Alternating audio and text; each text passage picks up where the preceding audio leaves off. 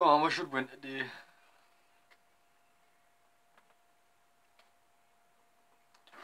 Every day. Fuck every day. Less every day. I'm just waiting. Match doesn't kick off till 3 o'clock. It's now 23 minutes past 4. 23 minutes past 2. Should kick off in 47 minutes.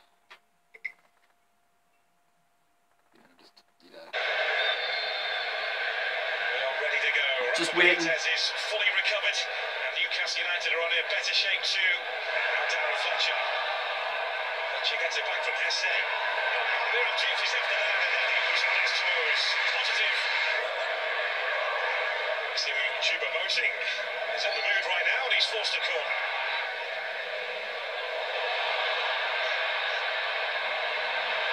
Absolutely waiting in the middle here. Richie dangerous ball. It was only a few weeks ago that this was a club in crisis, but now Newcastle United are enjoying life again. Crisis? What crisis? But they race down the other and they strike. Can be a real threat in the air, waiting in. Stoke. Shaqiri. And he moves well that time.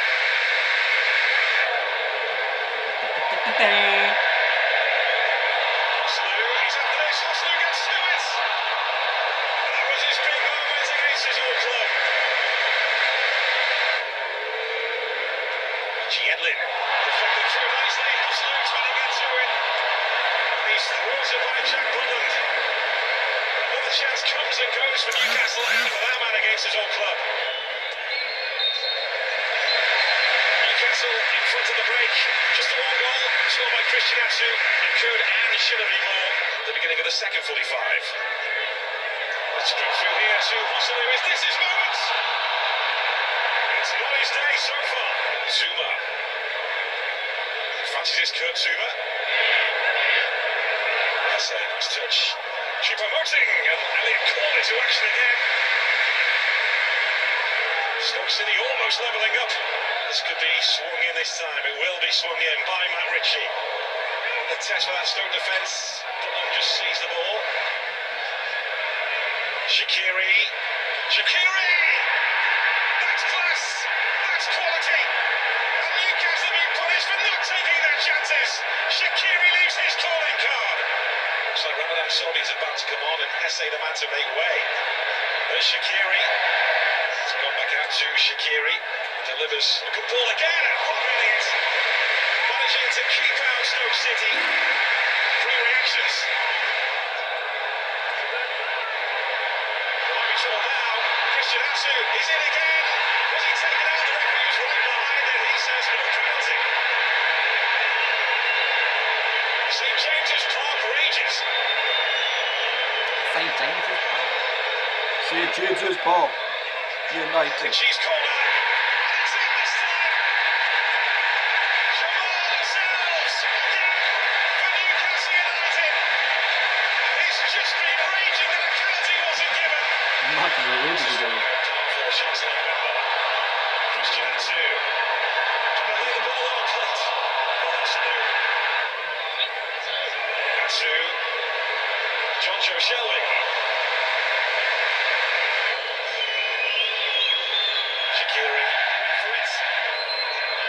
Crouch inevitably the target. He's won the knockdown. Choupo-Moting. Blazes over. Was that the chance to level up for Stoke? Bruno Martins Indy. 2 in the middle of the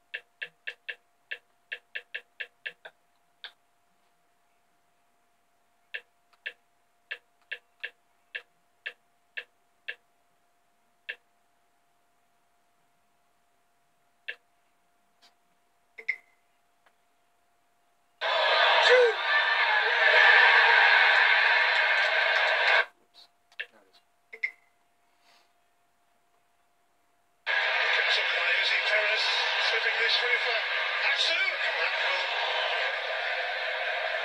come very kindly here for Atsu. Yedlin is well advanced here and options in the box, including Atsu. A good pass and Atsu. Adam has gone for goal. He forces forward in the end. He has to probably stretch for the ball a bit more than he was. Still threatened here. Trying to go a little to Charlie Adam again.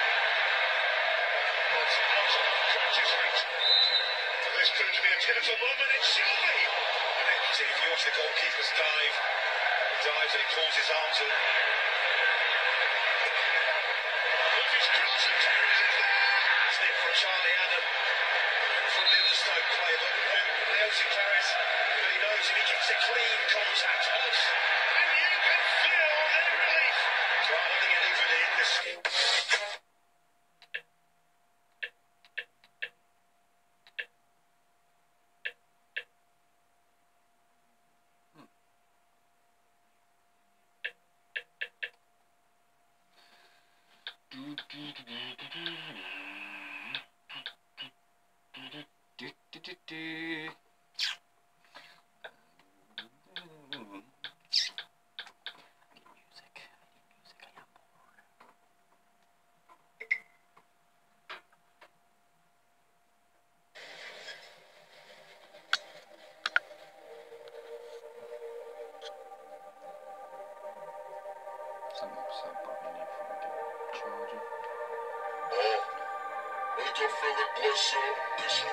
Ain't afraid to show it, I'll expose it if I dress up. Riding in that Tesla, roasting nigga catch up. Sipping on that Sepra, till I messed up like yes sir. Now I'm getting changed, people looking at me strange. Like niggas switching lane, every change is the same. We fuck niggas with paper, fuck niggas on paper. Fuck man with hatred, probably on some tasers. Lame niggas disgrace us, make your friends want me. Us back in the home, I'm in the home. You can tell by my pay stub. My niggas do the rice, we give you a dirty sprite. Been a while out with a weekend. Give us something out my street friends. Nigga feel it broken and leaked in. H-Side niggas finna sneak in. Finger to the city. Me and my niggas feel it. You know we finna kill it. H-Side, feel it. You really want that black boy. You really want to feel it shot boy. You a deep boy. I'm a black boy. I'm a deep boy. I'm a hot boy. Shots every day like rock boy. Party all night, shit don't stop boy. Don't fuck get ready to fight. Running for the night. Fuck me for the night boy.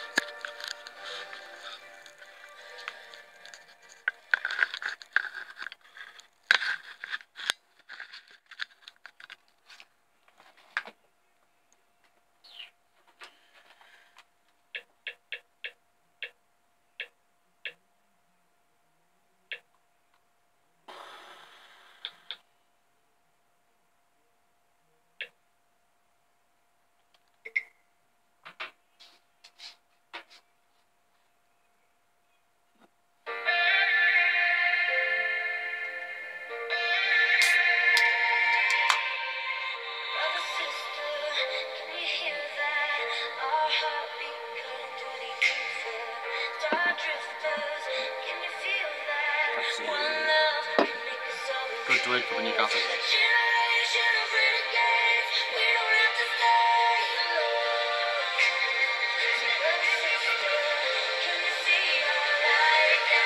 Right, that's the Leicester score.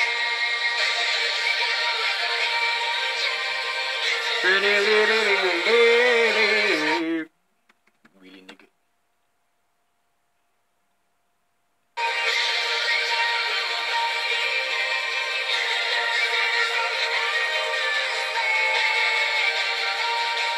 Really. Never meant to say that.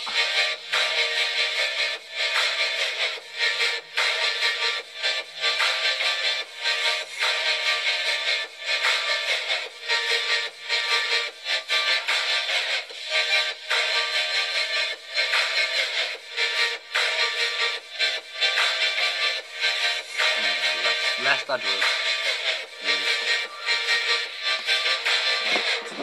Leicester drew. With that in Rafa we trust, so I'm gonna win.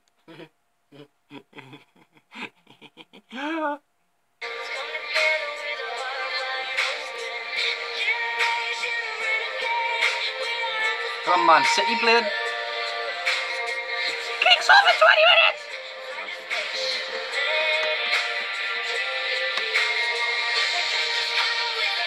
Man City are going to win the play Burnley. Oh no, the play Bristol this week.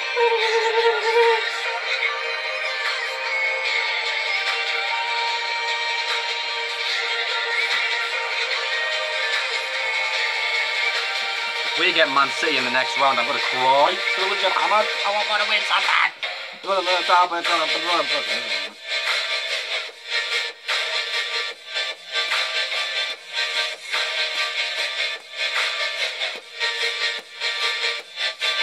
Oh, Newcastle United. How's the line not started yet? Yeah, that is one strong team. Javi Manquillo in right back. This is a kind of strong team. I'd say it's a strong team.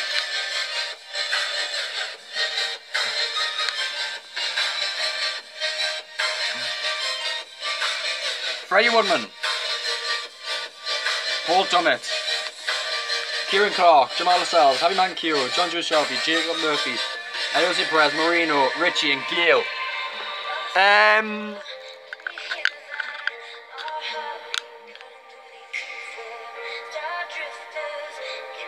Right, Dwight Gale's going to score 2, Marino's going to score 1, Perez is going to score 1, Murphy's going to score 1, Shelby's going to score 1, so 2, 3, 4, 5, 6 0. I'm going to go, Lascelles is going to score 1, that's 7. No, I'm not being that stupid. I'll just play it now.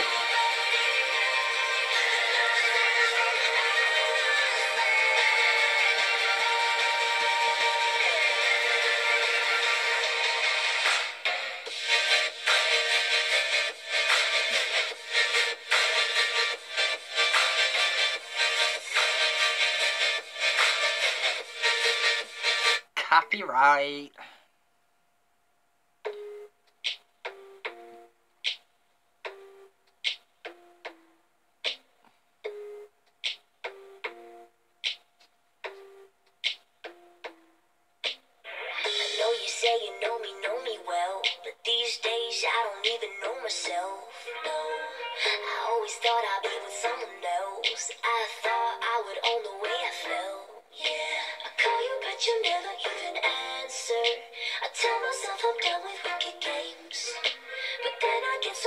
We're Newcastle, we're going to win the cup.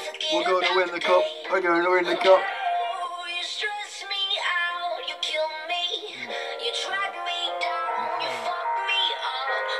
My bedhead, it actually looks kind of nice.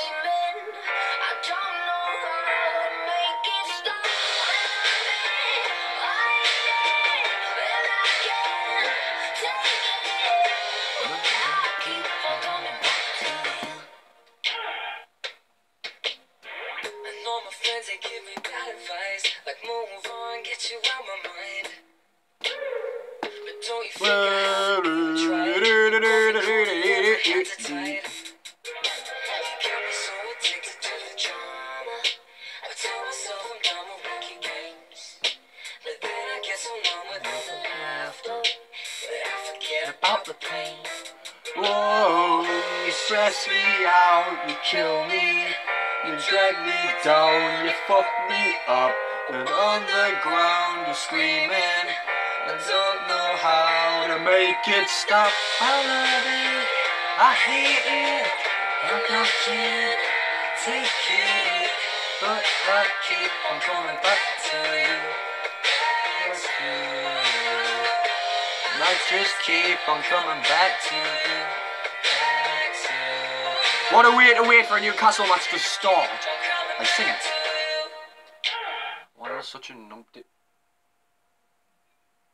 Oi! Turn back on.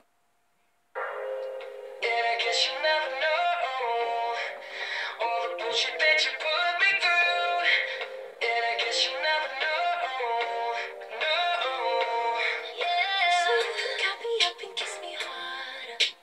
You can be the pill to ease the pain. 'Cause I know I'm addicted to your drama. Baby, here we go again. Oh, you stress me out, you kill me, you drag me down, you fuck me up. We're on the ground screaming. I don't know how to make it stop. I hate it, but I can't take it. But I keep on coming back to you. Back to you. I just keep on coming back to you. Back to you. I just keep on coming back to you. Back to you. I just keep on coming back to you. Screw it, it has to be Newcastle songs. Newcastle are playing. Newcastle are playing. Playing racist. Get it louder. I'm gonna be deaf by the end of the day. Fuck it. How cool they are. Let you bleed racist was on the way. Outside's looking mental. It was hailstoning before, now it's dried up.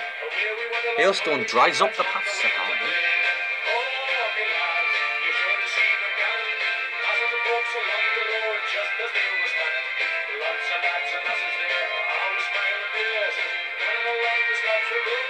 I know you can't see me. Oh, it's like, I thought I needed. Let's see the Can you please see me? You whole head. After stackery and up a lot of the day. She's gone to the railroad bridge, the bus wheel throughout there. To the eyes of the broken nose, it's got the bleeding races. Oh, lad, you should have seen us gone. Passing the boats along the road just as they were standing.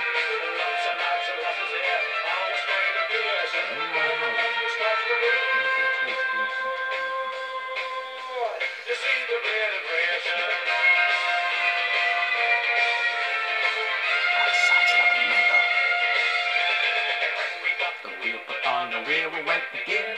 We found the noses, but they came back our way. Some to pay the dispensary, the dog, the gipsies. Some to the infirmary, the men, the broken ribs. Oh, my lad, you should have seen them coming. Passing the books along the road, just as they were standing. What's a imagine there's 15 minutes to go! Everyone stops the road. Secret races.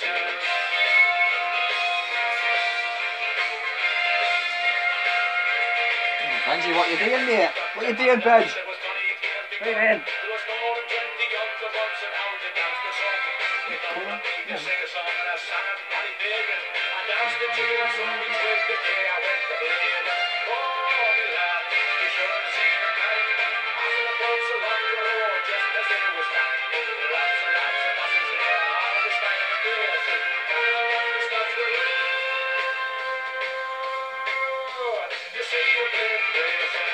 I don't know what's the matter with me.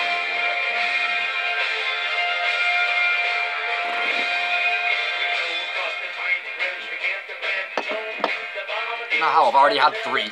There's one empty one. One in the bin.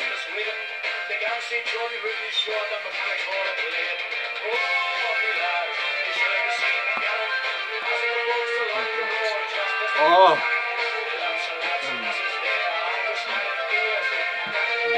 Your dad's back! Your dad's back! Your dad is back. Your dad is back. Your dad's back.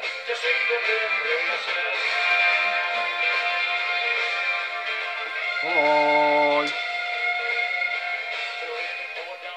Hi! Wave at me! Wave at me! I need to go and open the gate for them. I'm back in a minute. Oh, bench!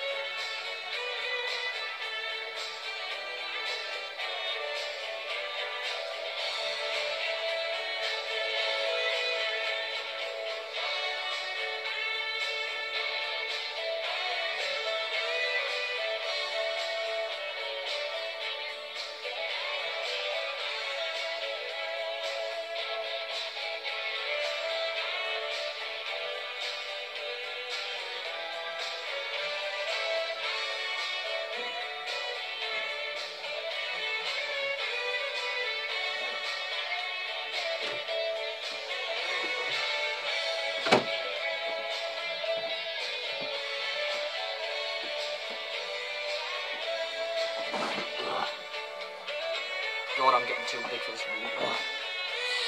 There we go. I'm quarters. 10 minutes.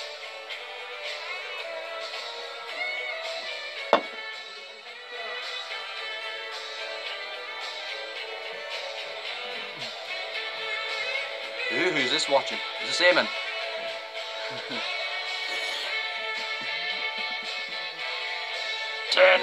Good, they've gone.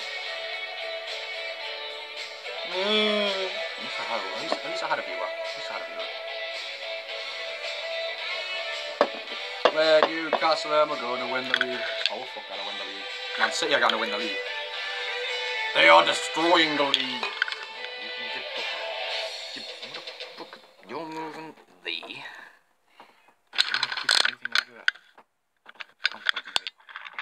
Got a pound coin.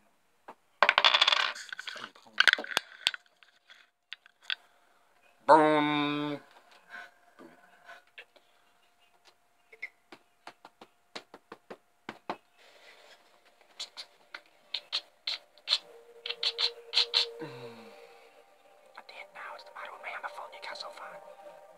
Also like Leicester.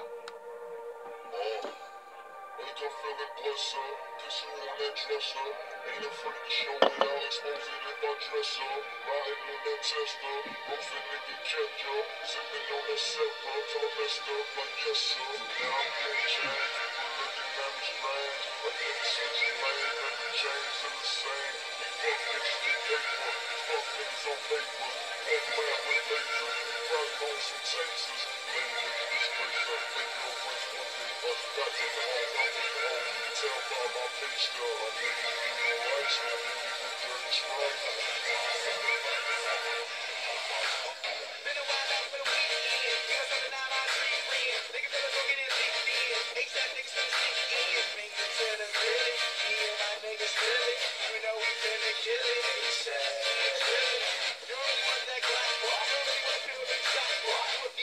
I don't know what I'm doing.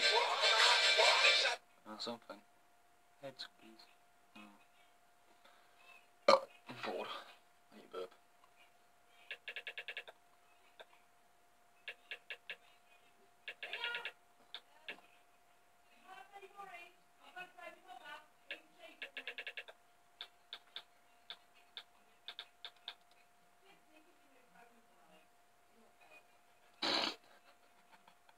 I want to see you viewer. That's me.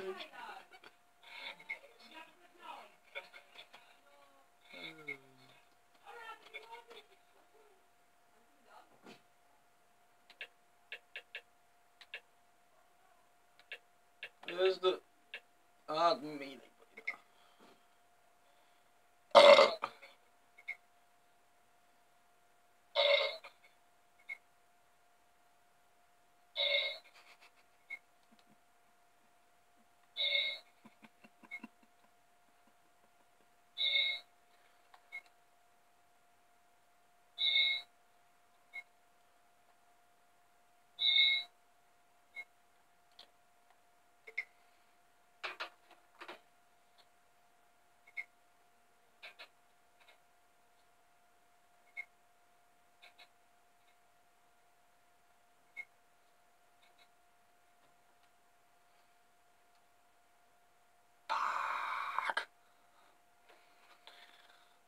Come on, Newcastle United.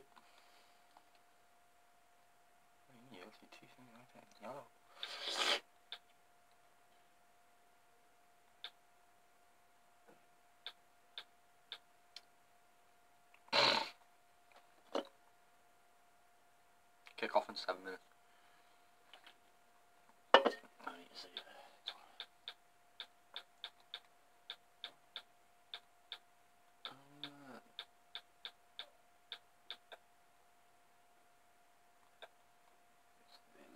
Live stream.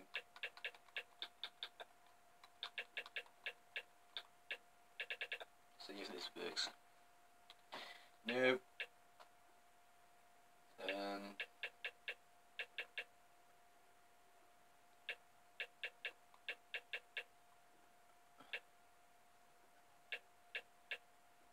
Like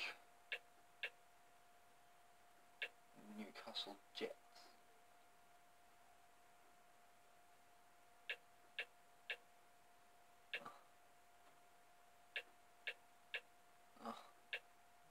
Who's it? You know, there isn't any. You know. I'm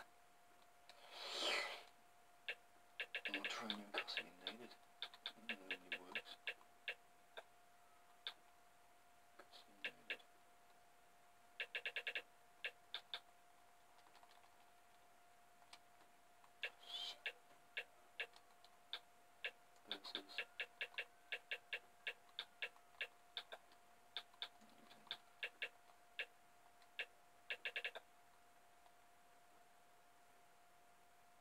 Kick off.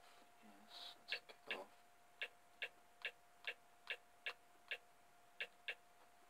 Any live streams? Why do I never act normal like this? There's no live streams. You know, I have to be mental, don't I? Let's have some music. Let's start with Anywhere.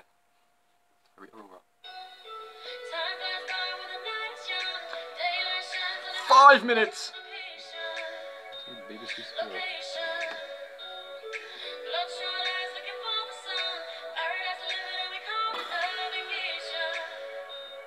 Middlesbrough won.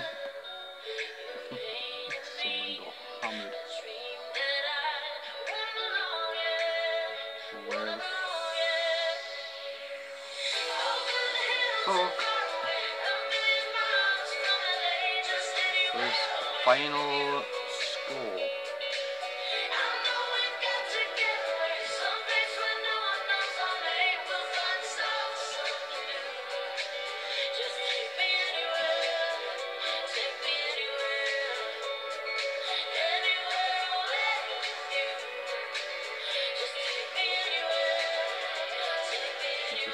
What's final score? Final score. Get off. No matter. Good afternoon, Jackie Oakley. Good afternoon to you, Jason. Yes, it's fair to say this match is far from a priority for Bristol City. An injury crisis plus that League Cup semi at City on Tuesday. Oh, weird, Newcastle. Defeats. Remember, they're chasing promotion from the Championship. Well, that's led to 7 changes today and the inclusion of debutant youngsters Connor Lemonhigh-Evans and O.P. Edwards, both have been on loan at Bath. In contrast, Watford are desperate for the win after 6 Premier League defeats in 7. So Marco Silva's named a strong side. Just 3 changes, and that includes Deeney returning from suspension.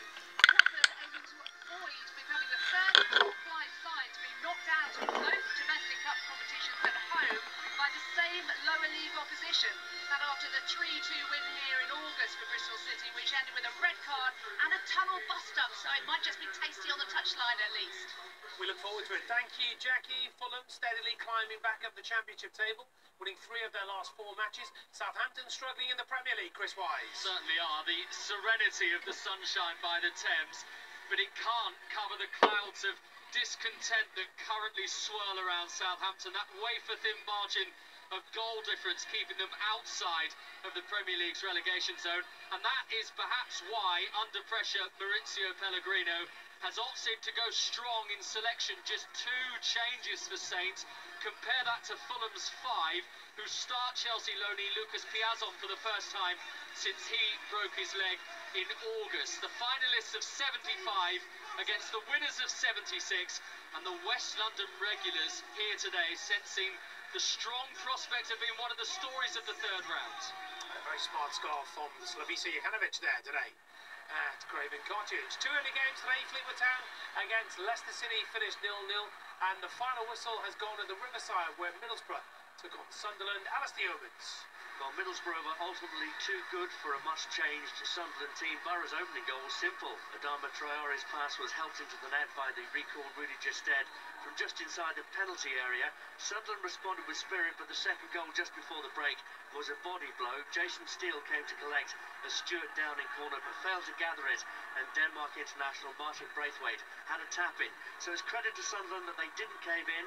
19-year-old Josh Madger saw his header crash onto the crossbar, and Darren Randolph made a brilliant save from Ty Browning's header. But Borough saw it through to win by 2-0. So Tony Phillips' Middlesbrough through to the 4th round of the FA Cup. Chris, what do you make of Leicester City, first of all? 8 changes, and now they've got a replay against Fleetwood Town. That just goes to show the gamble. Yeah, it's backfired on them, because I'm sure Claude Puel wouldn't want an extra game. Of course, Dinak Mahrez and Jamie Vardy, the 2 main protagonists really for Leicester. So backfired on them. Difficult game, always a tricky game, especially as it was the early kick-off as well. But he tried to be smart. He tried to play. A few players hadn't been playing, and now they've got an extra game. Difficult. It amazes me, you know, we're talking about Leicester City, who are not going to win the Premier League again this season.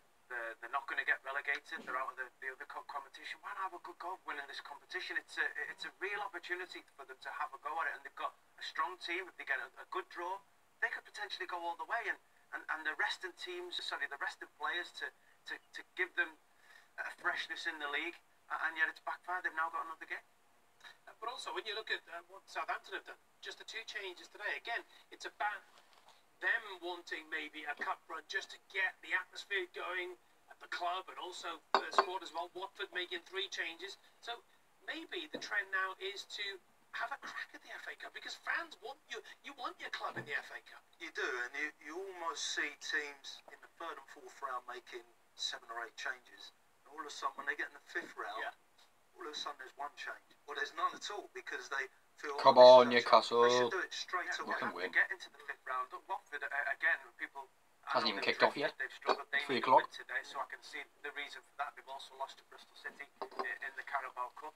But then fancy themselves not to get relegated. The opportunity to go and win the FA Cup. It comes around once a year. It's been, I don't know how many years since Watford last got to the cup final, maybe 1984. So it's an awful long time. Go and have a real crack at it. And there's no better Doesn't matter. experience Oh, wrong person's watching. to see your team that day out at Wembley. Whether you win, if you win, it's great. If you lose, well, you have a great day. I mean, there's nothing better, is there? Well, I stood and lost, haha. Say Watford finished 5 years ago in the league, but do you remember the last time they got to the FA Cup final? He's a Chelsea fan, but she likes Sunderland to take them, make with it. It's a real moment of, I remember where I was when we got to the cup final. I remember what I was doing. The memories that you keep forever, and you've got to compete right from the beginning, right from the first. What? And they won the FA Cup. Unfancy, all of a sudden found themselves in the final against Manchester City and winning it. I mean, what a memory that is. Problem was they got relegated. Yeah, they did, yeah. Maybe they should have made those changes. Leon has just undone all the good work that we've done. The good words we put in. Right, we're at more games this afternoon. Carlisle United of League Two. Off here, 2 divisions separate these two sides. So Wednesday, sadly, favourites to regress to the next round. Wednesday, interim boss Lee Bullen makes 3 changes, with Palmer and Nui both handed starts, along with George Boyd, who makes his first appearance since September. 2 changes for Carlisle, with Hope and Brown both returning to the starting lineup. A real chance for Carlisle to cause an upset with home advantage, but Wednesday will fully expect to progress to the next round. And we have some goals to tell you about. One has gone in at Exeter City. Hamish Marshall. It's an atmosphere buster because it's Exeter 0, West Bromwich Albion 1. The goal scorer Solomon Rondon. Ball played in from the left from James McLean, only partially headed, and Rondon fired in from the edge of the penalty area. Just what Alan Pardew wanted. Exeter 0, West Brom 1.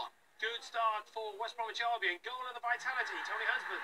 It's Bournemouth 0, the League One leaders. Wigan 1, and Will Griggs continued his scoring streak. His 11th of the season, turning the ball in from 6 yards out after a cross from the left-hand side, meant a cushioned header from Gavin Massey, and Grigg then just knocked it into the net past Arthur Borage. Bournemouth 0, Wigan 1. And remember, Bournemouth have made 8 changes today. Preston North End have wasted little time in the January transfer window, snapping up Billy Bowden from Bristol Rovers. Does he start today at League 2? Wycombe Wanderers, Richard Askham.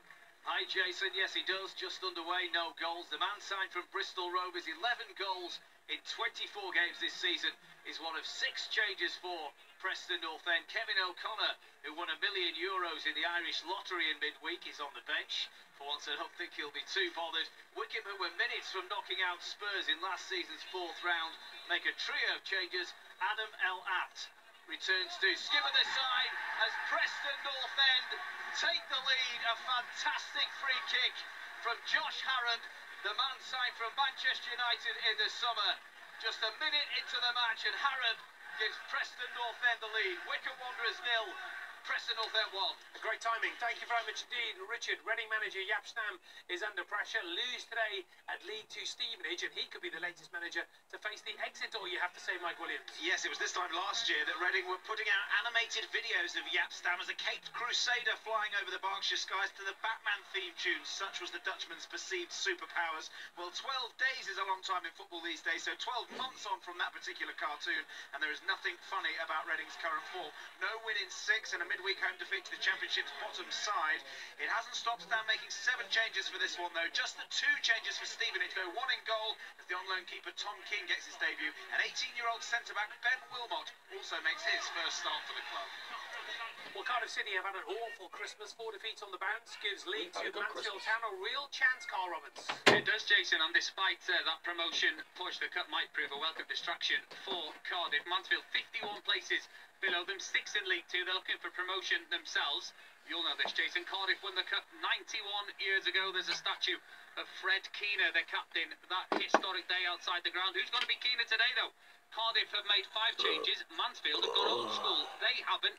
made any. Plenty of Mansfield fans here. They're taking it seriously. The Cardiff fans are. But like, Fewer than 5,000 mould and probably in this ground, Jason. 0-0. Thank you, Carl. Notts County boss Kevin Nolan says the pressure is all on Brentford today at Griffin Park, and his players can't wait to get to the game. Sounds like Faker others may have a cup upset in West London. Maybe, Jason. The 1,000 or so travelling Notts County fans certainly hope so. They're having a great season so far.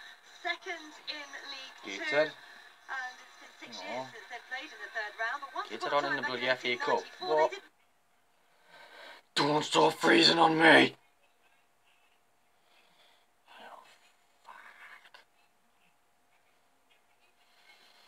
Fudge me, it's getting dark already. Urgh.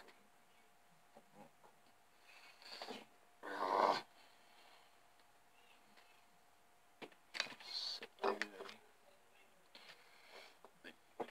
Don't get that way though. You know. Get back on! Mug. It's empty. No.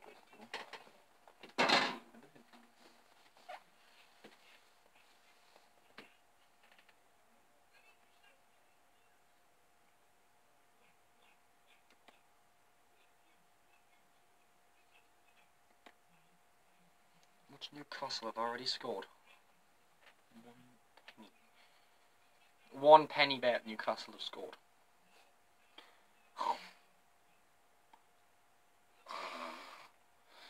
Not seeing the whole thing's froze. Really? Right, let's all look at the scores then. Let's all look at the scores. Scores. Show me them. P off. Right. Oh, what's it doing, bud?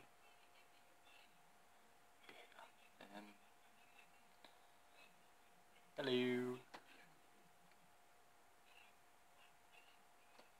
internet's went off, really?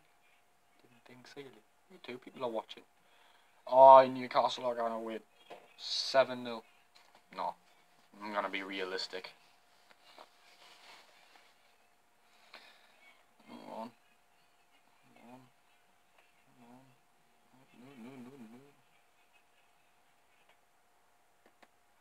Get on. Yay. Come back on. Do not. Floating Hughes pitch may have long since gone, but Yeovil's giant-killing exploits as a non-league club, part of FA Cup folklore, and the League Two side desperately close to taking the lead in the opening 60 seconds. Jared Bird, one of 4 loan signings made in the last 48 hours by Yeovil, with a shot cleared off the line by Tyrell Robinson. It's goalless. And there's been a goal at Villa Park. Mark Webber.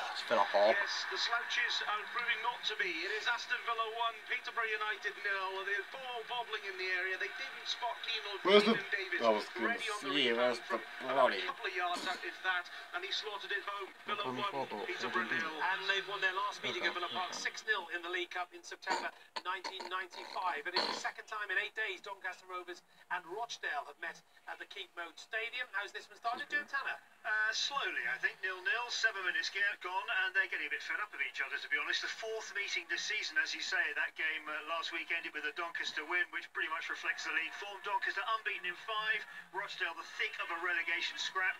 Both sides made a few changes. Special mention to Dan Asher, the 16-year-old midfielder. Where is the tune? Youngest ever starter. 0-0, 7 minutes gone. A couple of goals to tell you about in League One. This match kicked off at 2 o'clock. Northampton Town taking on Southend. Bromma winning. Grimes has scored for Northampton to put Jimmy Floyd Hasselbank. Jesus Christ, that's Bromma actually winning a game. Southend. The only person next to that. All-championship clash at Portman Road. Jack Nicholls. Where's St James's Park? Sheffield United in 7th place. Ipswich haven't won an FA Cup match in 8 years. They're going to laugh at me. Put that right, but they're not in the best of form at the moment, getting thrashed 4-1 away at Fulham, and they've made 6 changes from that defeat. As for Sheffield United, 7th in the Championship, they've made 8 changes for this match. Most notable of all, top scorer Leon Clark, not even... It's still 0-0. So a lot of changes for Sheffield. It's an all-championship. If we lose, I'm going to rage. Yes, and 2 sides with championship relegation worries meet at St Andrews, but Birmingham City must be buzzing after 2 great wins, Adam Cosgate. Yes, Jason, and Steve Cottrell, the Birmingham manager, is clearly keen to maintain momentum. He's not made any changes to his starting 11, and he insists in his programme notes today that progress is being made. Burton Albion come here on the back of an impressive run of results as well. 3-0 winners at Sheffield Wednesday on New Year's Day. Nigel Clough's team is unchanged too. In front of a sparse crowd here, it is Birmingham 0, Burton 0.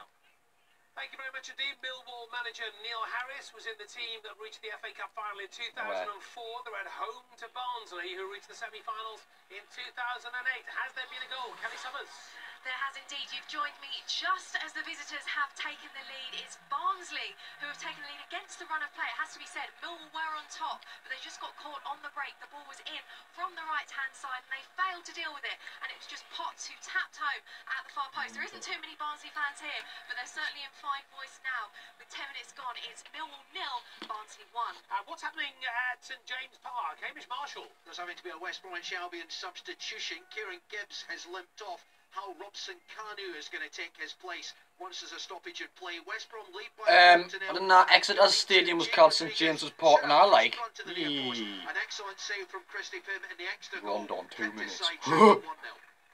We should say a big hello to Ailey Barber at the Etihad, because we spoke to Steve Bauer earlier. Good afternoon, Ailey. Good afternoon, Jason. And this is a nice FA Cup tie. It feels like a normal Premier League Saturday, but this one, of course, third round FA Cup Saturday, and it's Manchester City having a go at the Rico Ivan Gascoigne. They are right now, though, in fairness to Newcastle United. They've settled really quite well. They've got to overcome a pitch which seems to me like a throwback. Coventry. If the Coventry beat Stoke, I am going to laugh my head off. Experience in the heart of their Then Mark Hughes is going to get sacked. Allen and Barahino and Ireland with points to prove. Mark Hughes under pressure and hasn't moved from his seat. He's usually so visible. We haven't seen him pitch side yet.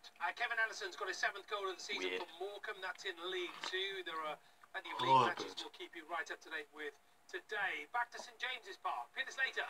12 minutes played, it's 0-0. Great atmosphere helped by those 8,000 Luton fans. 8,000! But they could have been a goal down in the very first minute. A shot from just inside the penalty area deflected for a corner. And can you answer me this, Jason? Why is it with an Arctic wind blowing, Rafa Benitez isn't even wearing a coat? Newcastle 0, Luton 0. A very good question. Back to Mark Clement at Molineux. It's Wolves 0, Swansea City 0, and just to give you a little flavour of what Swansea are up against, 13 wins in their last 16 games at Molineux for Wolves. That is the challenge facing Swansea. It's been all Wolves early pressure, Swansea threading very gingerly, and all Wolves against Swansea. Swansea are going to get beat. Wolves have come. It's 0-0 so far. Anything happening at Vicarage Road, Jackie Oakley? Not a huge amount, mostly Watford in possession, but no goals so far. Just the one save has been made, and that's by the Bristol City goalkeeper Luke Steele. A fairly straightforward one from early on from Troy Deeney's header after good work by Carrillo and Jan Mass. And just a few moments ago, Decore headed over the bar from a left-wing cross. So Watford on top, but not doing too much in the final third so far. And do we have any chances of note at Craven Cottage, Chris Wise? Nothing hugely significant, Jason. It's 0-0. It's already shaping up to be a highly competitive FA Cup third round encounter. Southampton have had the ball in the back of the net. Shane Long crashing his effort beyond David Button. The flag for offside, though, raised against him correctly. It was marginal. It was exceptionally close, but it was the right call, 0-0. Now, the camera seemed to be trained on David Silva. You've been given an eye on this one. I have. He's just gone close with an effort, but I know City are on top. They've had a lot of play, but Burnley have showed a desire to come out and win this game. They've not gone there to be beaten by Man City. They've certainly not gone there to defend deep. They've pressed Man City really high up the field, which is uncommon at Etihad this season. So, you know, I think they've gone to make a real cup tie of it, and you know, it's looking a lively game. And what have you spotted, Chris? Well, I've been watching the Newcastle-Luton game, and Luton have really acquitted themselves well. After the first minute, they had a bit of a scare. They're trying to put Freddie Woodman under pressure. It's his home debut. He's a young goalkeeper, so they're putting in a lot of crosses, putting him under pressure. But they've started really, really well. Yep. Okay, let's pop to the Vitality Stadium, see if Bournemouth have had any chances. Tony Husband? They've had a couple, actually, to get back into this time. I remember I'm going to cry. The early goal from Will Green. break for the League One leaders, Wigan. But Lys Mousset still to score his first goal for Bournemouth. A very much bit still part 3-2-0 player. though. Getting his opportunity today. He had a clear header from a free kick, saved Got to be by at the least Wigan 2 keeper now. Walton. And then just a moment or so ago, after Mahoney weaved his way to the byline and drilled across into the 6-yard box, the ball fell to Mousset. His volley was saved. Straight to the Etihad. We have a free kick. Amy Barber. Yeah, very, very dangerous free kick for Manchester City, right on the edge of the box. It was actually what a Westwood surprise. bundled over Sergio Aguero as he was trying to break through on goal, and the Jesus referee made no Christ. hesitation but to award the free kick. You're done And it for it. is right on the edge of the box, straight in front of goal. There's 5 Manchester City players around the ball at the moment. It looks like Gundogan might be the one lining up, either him or David Silva. Oh, if Gundogan plays, he's a fucked. He's playing, so he's a fucked. David Silva's just having a word with the referee to try and make sure that the wall, which includes every single Saying that, like, currently never asked, outfield Burnley. player at the moment, Leave is him out. far back as it should be. The referee's whistle has blown. It is Gundogan who takes it, and the wall does his job and clears. As a late strike comes in there from Zinchenko, the left Okay. back, 21-year-old Ukrainian, and just flies over the top of the crossbar. Still goalless. Plymouth Argyle in front in League One. They lead Bury by a goal to 0. Back to Ewood Park. That's Bremji. Blackburn Rovers 0, Hull City 0. Blackburn on top. Craig Conway, a curling shot just off target a few moments ago from I didn't distance. want it to be like Paul that, Caddy's no. let fly on the volley. His shot cannoned off the bar. Hull yet to get in the game. It's Blackburn Rovers 0, Hull City 0. The last time Brentford reached the 6th round was in 19... Oh, didn't start this again.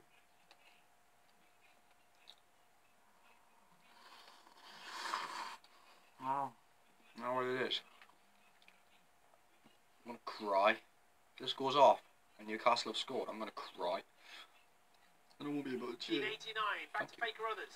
Yeah, they've been on top really, Jason, but North County have just had a great chance. It was a free kick from George Grant on the left-hand side, and it was Ryan Yates with the header just over. But other than that, Brentford have been pretty in control of this game and showing that they're the championship side. It's 0-0. Off for Preston, Richard Ascombe.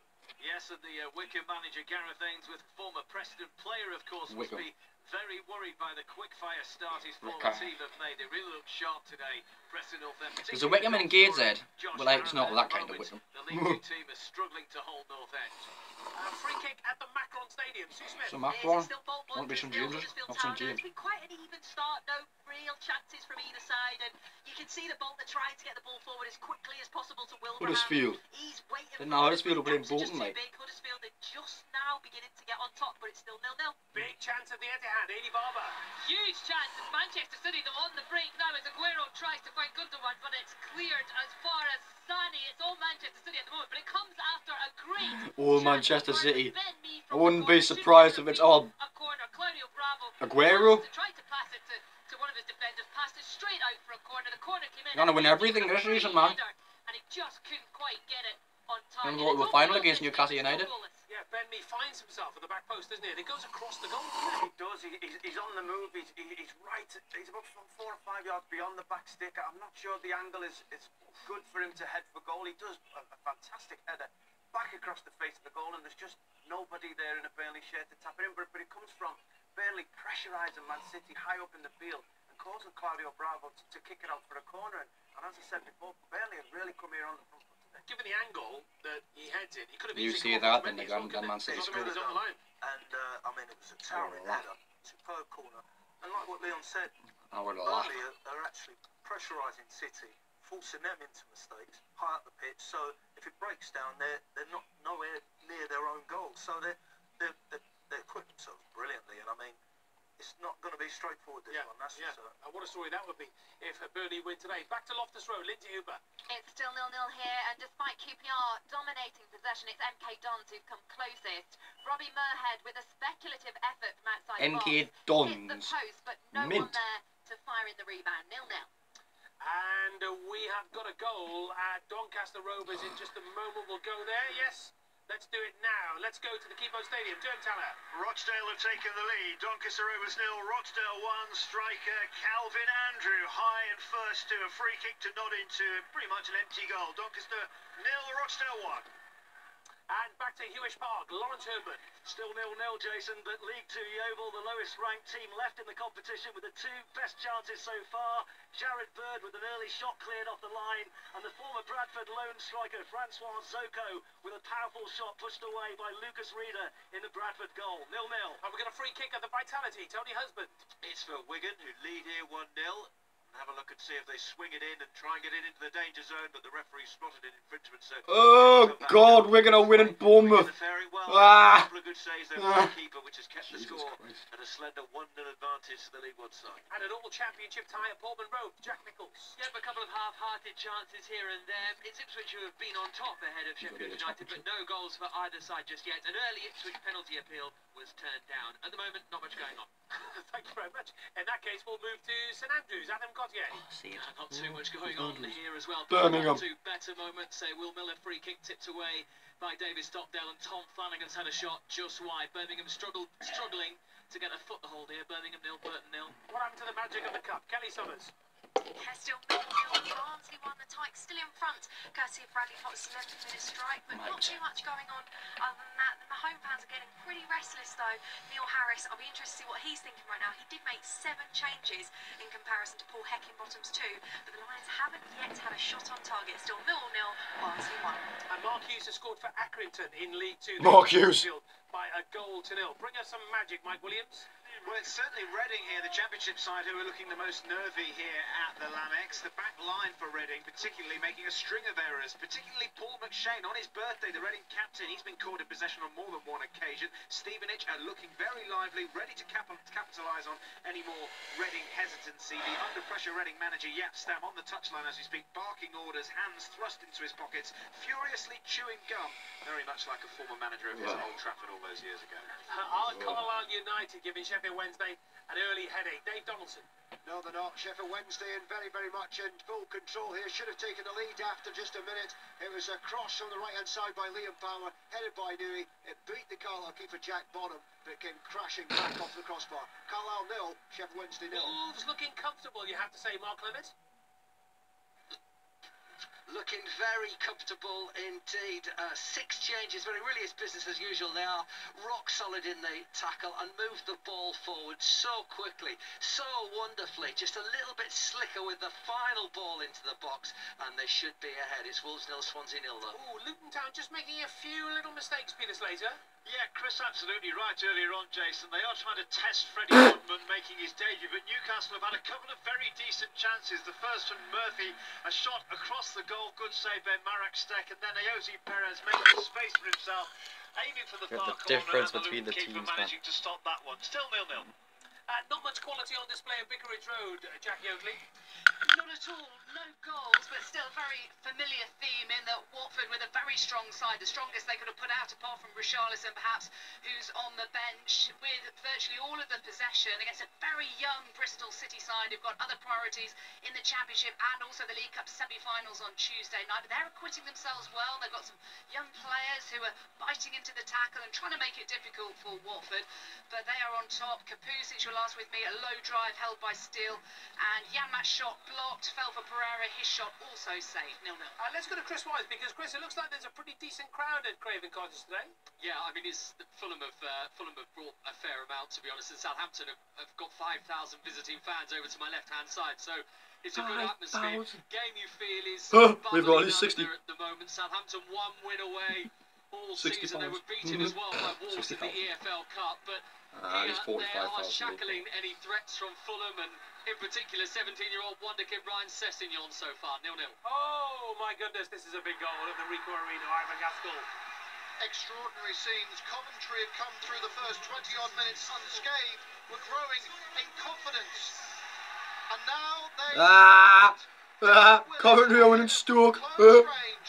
Get it. Forgive his big moment. Go on, Coventry. Coventry 1, Stoke City 0. Hate Sunderland, hate Stoke, hate Coventry. Except Leicester. And is there an upset? This is unbelievable. At the Etihad, Ailey Barber. Well, you've been talking in the studio about high pressing. Go on, Burnley. Given Burnley the first real clear. Burnley are winning Man City. Oh my God. Absolutely no mistake. He pressed John Stones, who had an absolute swipe at the ball, sliced forces Gould to run down towards Claudio What Bravo is on? smashing Burnley. past the Manchester City goalkeeper. A wonderful finish, and it's Burnley who take the lead here. They're leading by a goal to nil. Oh, what a finish. What a finish. Oh no, it's just final score. John Stones discuss. I'm sure that's what Pep's saying. It's funny because myself and Liam, we're both watching the City game and the Coventry game. There's been goals, but John Stones, maybe he's been out a long time, but as a defender, if you're going to make a big clearance, it's got to be on your side foot. Make sure you go through it. He looks like he's trying to bring it down. All clear. I'm not sure what he's trying to do. Still a lot for Ashley Barnes to do. Gets away from him on the angle. I mean, it's a great finish at the near post, but I won't blame Bravo because he puts his foot through it. Terrific finish. It comes from them believing in their high press. They're going forward. They're chasing, anticipating anything that may happen. John Stones has a swipe at it, misses, but Ashley Barnes is there expecting it, chasing it down, and let's take nothing away. What a finish! Yeah. He's got right behind that, and was lucky the net was there to stop it. We'll talk about the Coventry City goal in just a moment, but let's go to Jack Nicholls. As you can see, goal at Portman Road. Yep, Sheffield United have taken the lead. Not really much happening for Sheffield United. A few half chances, but then all of a sudden, Nathan Thomas from 25 yards out unleashed a left-footed rocket into the top left-hand corner, rattled in off the underside of the crossbar. Ipswich 0, Sheffield 1. And another goal at St James Park. Hamish Marshall. I think, Jason, if you're looking for an FA Cup upset, this isn't going to be the place this afternoon. West Brom lead Exeter City by 2 goals to 0, and it's nothing more than their play in the first 25 minutes deserves. Why does Exeter have to copy us with the stadium name? The ball pinged around in the penalty area. It fell nicely for him about 8 yards out, and he's able to slot home. Exeter 0, West Brom 2. And that's his 5th goal of the season. Let's go to Villa Park, because I'm hearing that Peterborough United have had a few chances, Mark Webber. Well, Villa still 1-0 up, but chances are plenty. Leonardo da Silva Lopez, a shot, a low dive forced by the keeper. Then it came back, it hit the crossbar. A few moments ago, Marcus Maddison had a similar attempt which required a massive save from the Villa keeper. So the fans to my left are having a really good time, even though they're 1-0 down. And the ball in the net at St James Park again, Hamish Marshall. And it was in the Exeter City net. We thought for a split second it was 3-0 to West Brom. But Lee Mason blew his whistle. Solomon Rondon had no sooner put the ball in the back of the net than it was chopped off for an infringement. But West Brom still lead 2-0. And here come Wigan Athletic again, Tony Husband. That's right, Nick Powell nearly doubled their lead a few moments ago. Jesus ran Christ. straight through the centre. Bournemouth, what he is like. And his shot went Bournemouth. just wide of Arthur Barnes' Bournemouth. left hand. Right Bournemouth hand. 0, Wigan 1, Now could be they have 2. a free kick, which Nick Powell himself is standing over. It's just 5 or 6 yards outside the box to the right of centre, though, so he's probably going to be looking for some of the big targets in the box for this Wigan side. Excellent away record this season, 9 wins in all competitions. The free kick swung in and deflected, and it's gone into the net, and Wigan are into a 2-goal lead now at Premier League Bournemouth. It was Nick Wigan Powell 2, Bournemouth now. stranded, and Wigan 2 up. Is the upset on here on the south coast? Well, it very much looks like it. What a dream start, Leon, for Wigan Athletic. Well, they've made, I don't think they made many changes, maybe one change. Come on, Newcastle, get a goal. Score a goal and I'll be happy. That's what happens. They've got a very settled team. Well, we'll win 2-0. Well in League One. I think we're going to score more than 2 like, because don't have the much. I think it was mentioned they won there a couple of years ago on their way to winning the FA Cup, so they'll fancy going there again. And you're seeing that in the performance, 2-0 up, and I think you can't argue to say they deserve it. Eddie Howe did this last year as well, made a lot of changes. Fans were not happy at all. They lost to Millwall at this stage of the season last year, Chris. I think what he's trying to do is give players a chance, saying to them, listen, you're part of the squad, you haven't made it into the Premier League side so far, so there you go, there's 90 minutes for you to just show and prove your worth. The problem with it is there's no fluidity. You throw 10, 11 players together and say, right, go and beat Wigan, who are flying, who are settled and playing in a way that is way above League One, if you ask me. And they deservedly are winning 2-0. They are, but I mean, I'm arguing the case for going to take part in the FA Cup. But Bournemouth are just in that slot at the moment where Premier League survival is more important to them. So I think he's making the changes from that point of view. They got knocked out early last year in the FA Cup, but stayed in the Premier League. And I don't think many supporters would complain if they got knocked out of the state but stayed in the Premier League again. You make a good point. They're 1 point above the drop zone, and they're 16th in the Premier League as well. So for the fans who might moan and say, well, how come we lose to Wigan Athletic if indeed they lose?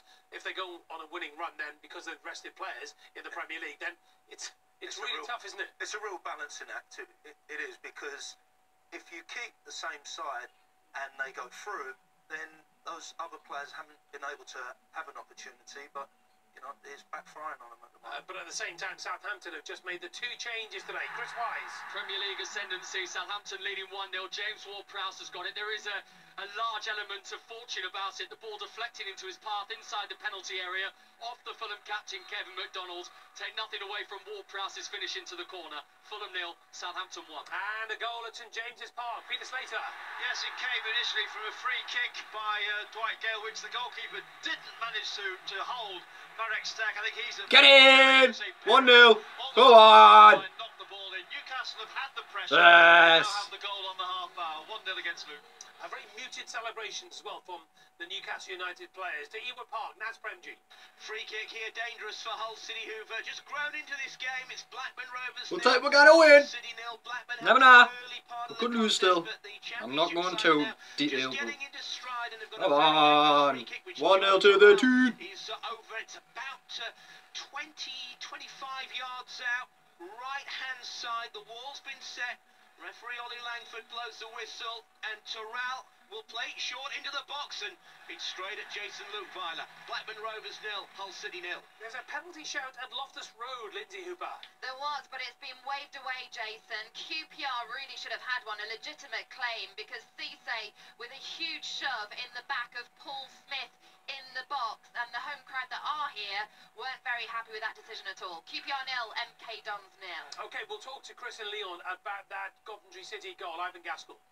Yes, Jordan Willis it was, rising at the far post from Brimmer's cross. And, you know, after coming through the first 20 minutes or so, which Stoke had had 3 or 4 decent opportunities, Cameron, specifically Durf, Ireland on his first reappearance in nearly 2 years, Coventry started to grow in confidence. They've mastered this pitch, they're more used to it. It's going to be a tough afternoon from here on in. If you can allow me, in the FA Cup cliche bingo card. I will say Perez scored again. Jesus. No Jesus, excuse, again. Perez. Keeping an eye on the Wolves against Swansea City. Wolves have got ever so close there. But I tell you what, this is a real test now. Too good. Mark Hughes and his team, isn't it? It certainly is, and as Ivan said, it is a leveller. It's like a 1970s cup tie. There's no grass on the pitch.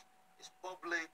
But Coventry have acquitted themselves brilliantly. I want Wolves to win. I don't want Swansea to win, because we play Swansea next, and like. And every time they get a chance to put that ball in the box, they do it. At home and also, you know. They got their goal. Yeah, no, Stoke did start a better team. They had 2 or 3 really good chances. Should win. If they lose to Wolves, no. Are growing in confidence themselves. They're attacking. Winning at home gives them more confidence to win No, I certainly don't think at home. Perez scored. 1-0. Certainly are, yeah. I mean, how that's still 0-0, I don't know, because Wolves, I'm saying Perez is going to score again. Basically. They're playing in the same vein. And you can see confidence throughout not only the team, the squad, but the whole football club. And he's made some good saves. We're Newcastle, we're going to win this game. We're going to win this game. Let's go to our man there, Mark Clement. Yeah, well, it is 0-0, but increasingly Christopher Nordfeldt is his name. Chris, he's Swedish international.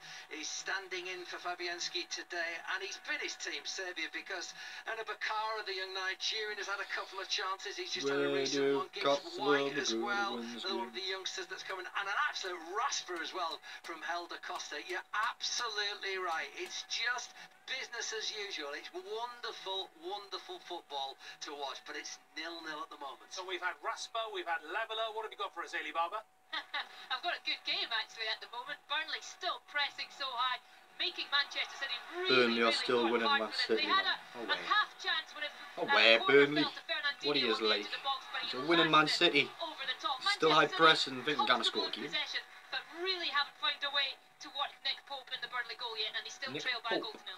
Anything happening at the Cardiff City Stadium, Carl Roberts? Well, it's a free kick for Mansfield Town, Jason. 30 yards from goal, centre field. It's been all Cardiff territorially, no real clear chances to speak of, but this will certainly be the Stags' best opportunity of this first half. Alex McDonald with it. He decides not to shoot, knocks it up to the far post. Accrington 2, Chesterfield 0. For offside, what a damp squib, a bit like the game, Jason. 0-0. Accrington are 2-0 at home to Chesterfield today. Sean McConville with a goal on 32. That's in League 2. Let's go back to Molyneux because I'm hearing changes. Mark Clement. Well, the board is just going up here. You're absolutely right. And I can see, yeah, they are, but it's not happened yet. Do you want to... Oh, no, wait a sec. We're going to do it now. So it's a change for Swansea City, and... yeah, 14 has come on. Who is? Let me just turn my Raptor Piv here. Tom Carroll is on. I'm going to have to hold my hands up and say I was scribbling a note and didn't see who came off. So let me come back to you on that one. Yeah, it's really tough, this television business, Clem. Thank you very much indeed. We'll come back to you very shortly, but there's a goal at the Den. Kelly Summers. The Den. Yeah, it's a goal that's been coming as Millwall well. scored. Millwall 1, Barnsley 1. It's Millwall a low ball 1, in from the left-hand side, and O'Brien just sides it really home shut up, from inside the area. Before then, the home fans are getting a little bit agitated with their side, but they're in fine voice now. Millwall 1, Barnsley 1. Talking of terrible pitches, Hamish Marshall.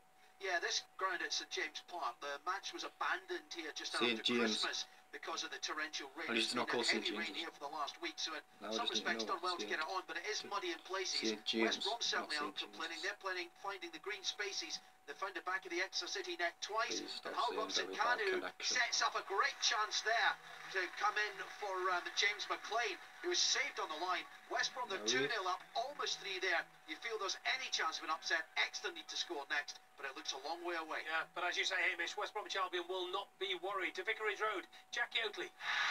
Go, Watford. Watford 1, Bristol City. And Watford have scored against Bristol City. Finally they have the breakthrough. They have had the ball for the vast majority of this game. They've been peppering the goal.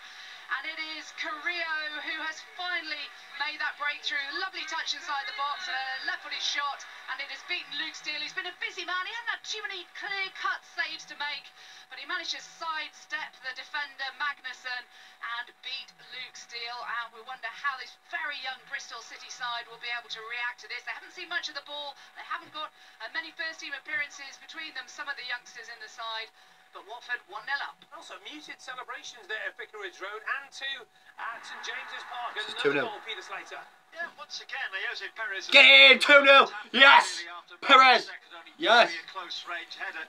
Pretty muted celebrations from him. Can't see why. Don't think he ever played for Luton. Anyway, Newcastle lead 2-0 with we're going to win.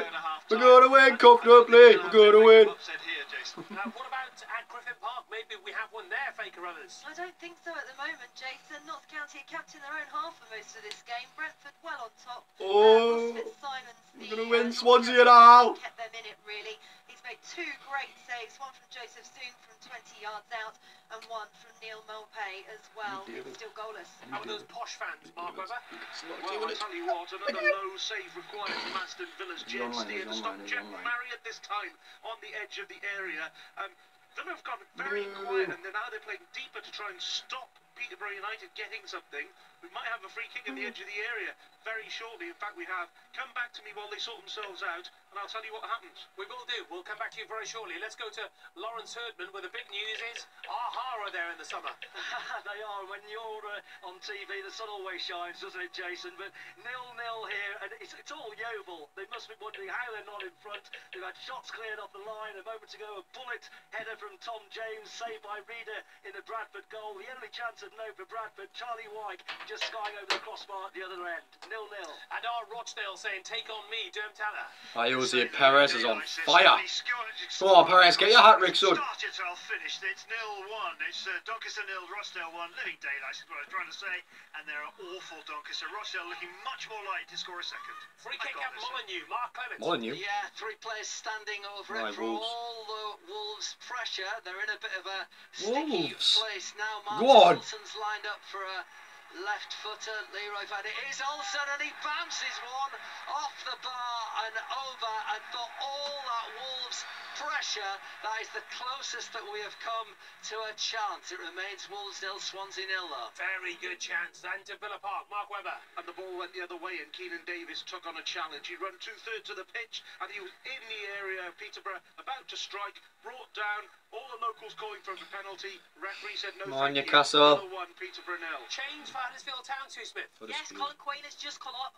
He's injured, and Rajiv Van La Parra's come on, but it's not the best game in the world. You can see both teams are making loads of changes, no real fluency. Being good in possession, but I don't know what they're like on the pitch. I'm watching final score. Luton Town have battered teams this year, but they're on the receiving end, Peter Slater.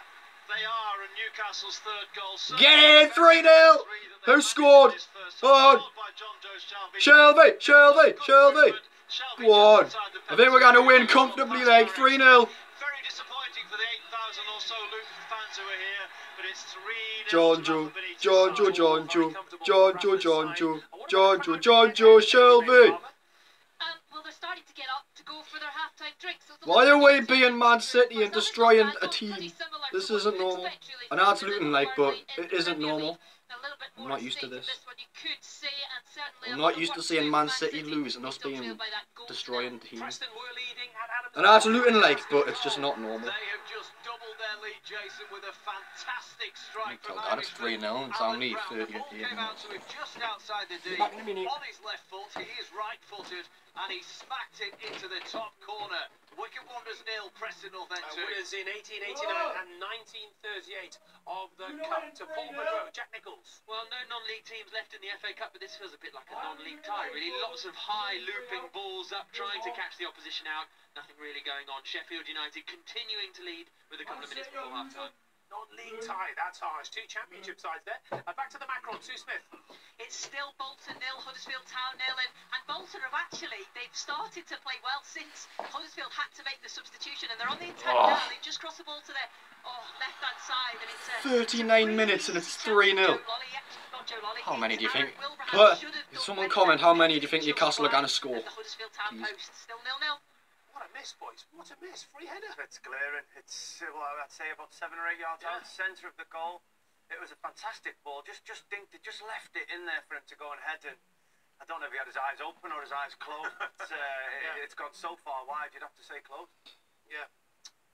Right, what's happening? Let's go to Molyneux. Oh, there's a red card, Mark Clemens. There is indeed, and Wolves are down to 10 men. It's Ruben Vinagre who's been given a run out this afternoon. Wolves to win. It was for a challenge on Nathan Dyer. The home fans are not happy. The team I'm mostly concerned about is Newcastle, but like, I'm not concerned anymore. We're winning. 3-0. Probably going to be more soon. No hesitation. He's off the pitch. It's 0-0, but Wolves down to 10 men. Oh, very interesting. And there's a penalty at St James Park. Hamish Marshall. It's to West Bromwich Albion. Jay Rodriguez, the man brought down by Pierce Sweeney West in the Brom. penalty area. West Brom are going to win. Just like Newcastle are going to win.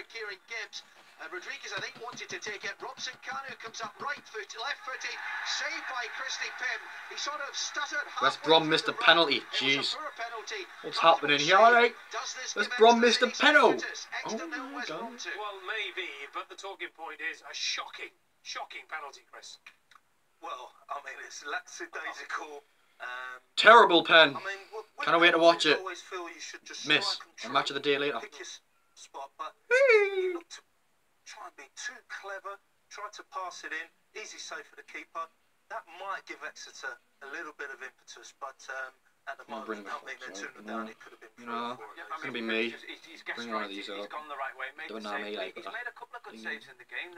He made a great reaction save about 10 minutes earlier, and despite them losing the game, he's actually playing really well. What about that red card at Molyneux? Horrific challenge. Absolute shocker. Definite red. Oh, Newcastle.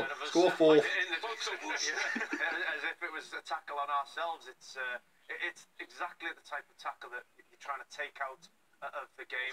It's amazing he's not broke his leg in.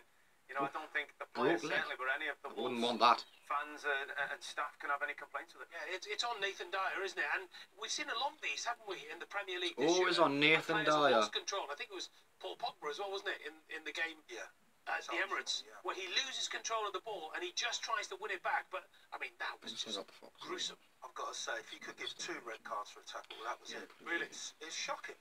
Yeah. It is really, really bad.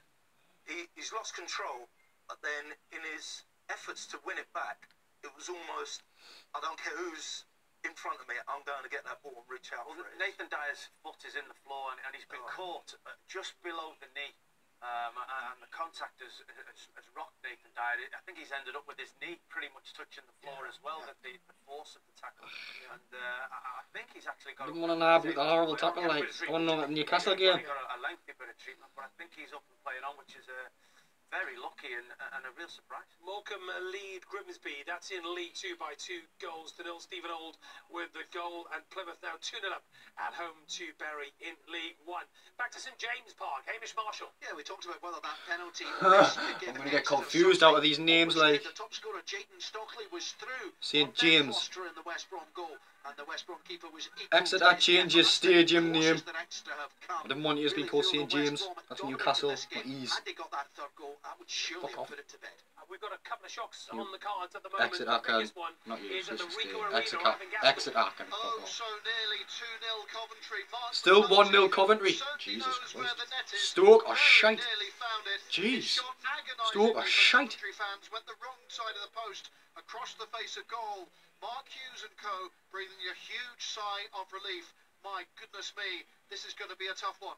Yeah, they're in real trouble, aren't they? Let's go back to the Etihad Stadium. And Eddie Barber, looking at the stats, City yet to have a shot on target. Yeah, they've enjoyed a lot of possession. They've played some really nice City, stuff what he is like. Or second half, they'll come back easily. It's Man City. That was D. It's Man City. Probably leaving it late as that was D. From Burnley, they're defending in numbers, but they certainly are not sitting in. They're on the attack again. They have an attacking throw right up towards the City box, and it's been a really great first half cup tie. This still Burnley the lead. Colchester United lead Cheltenham Town by a goal to nil. That's in League 2, but Kyle Reid has been sent off for the home side in League 2. Right, it's half time at the Vitality Stadium. Sunderland lost 2-0 and Newcastle are winning 3-0. How days can get better? How days can't be as good as this. Yeah. Still only the first half, and now Newcastle are winning 3-0. I'm feeling we're going to score more in the second half. Seeing that way, never know. Got them going, and before Nick Powell's free kick was deflected by Emerson Hyndman, Wigan keeper Christian Walton made a couple of really key saves to deny Bournemouth Lys Mousset getting Bournemouth back in the game. Eddie Howe has Callum Wilson on the bench. He might need him if he's to avoid an upset here. Bournemouth 0, Wigan 2. Maybe he needs to unleash them. And there's been a goal on the stroke of half-time at Adams Park. Richard Ascot. Yes, a response from the League 2 side, Jason. I think it will go down as an own goal. Wickham scored half-time at the Etihad. Still 1-0 Burnley.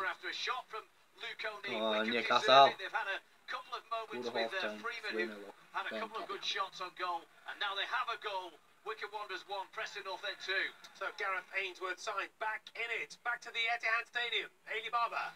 Well, the half-time whistle has gone. Pep Guardiola jumped up off his seat in the technical area and skipped up the tunnel. Plenty to talk about because Manchester City, who haven't lost at this stage of the FA Cup since back in 2012, have work to do today to turn this 2012 when they won the league. Burnley. The visitors have pressed high and defended in numbers. Ashley Barnes is the first half hero for them.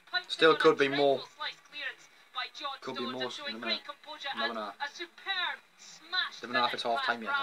City are struggling to get their flowing football going, and much of that is down to Burnley's impressive work rate. And the visitors have a half-time lead. Could City's domestic run this season be about to end? They trail by a goal. So we could have a big story on our hands there, and also too at the Ricoh Arena, would you say, Ivan Gaskell? Oh yes, this is a cracker. Ominous signs for Coventry. Stoke City here. Still winning the Stoke 1-0. Half-time there. As is the list of misplaced passes. Coventry are used to winning, and they're winning this one thanks to a Jordan Willis header in front and increasingly on top. Informed striker Martin Melty, oh so close twice in the half. Well, I think I have the feeling that's going to happen. 5-1. 5 more or more. It is in fact 1-0. All very comfortable at St James Park for West Bromwich Albion. Hamish Marshall. St James, not St James. In stoppage time after a Ben Foster fumble. I'm really going to be confused every time I see St James. Otherwise, Albion Exeter. Solomon Rondon and Jay Rodriguez with the goals. They've even had the luxury of a poor Hal Robson-Kanu penalty being saved. It'll be a first victory as an Albion boss for Alan Pardew, and the club's first since August. You have to say the League Cup is probably on the mind of Lee Johnson and Bristol City, Jackie Oatley. It is indeed. Watford 1, Bristol half-time City 0. still 3-0. It is a fully deserved lead for a highly experienced, very strong Watford side. Good. Full of Premier League players who are Good. desperate for some Newcastle. confidence after an all Very good. league run. They've completely dominated against the Championship side, showing 7 changes. They've also got several injuries to contend with. I, for Remember, once. they're going well in the Championship, despite a couple of recent defeats, well, and also they've got a big saying that, semi-final in the done League well Cup on against Saturday on Tuesday. Stoke But and Watford had to wait a long teams. time for Andre Carrillo put them in front. He sidestepped Magnussen before firing low past Luke Steele, who's been a busy man in the City goal. Watford had other chances. They're but normally weren't terrible in clinical. the FA Just a couple Cup of late third round. chances. What's Bristol happening? City, Woodrow firing wide on the turn, and Edwards shot high and wide, but it'd be a huge shock if they could turn this around.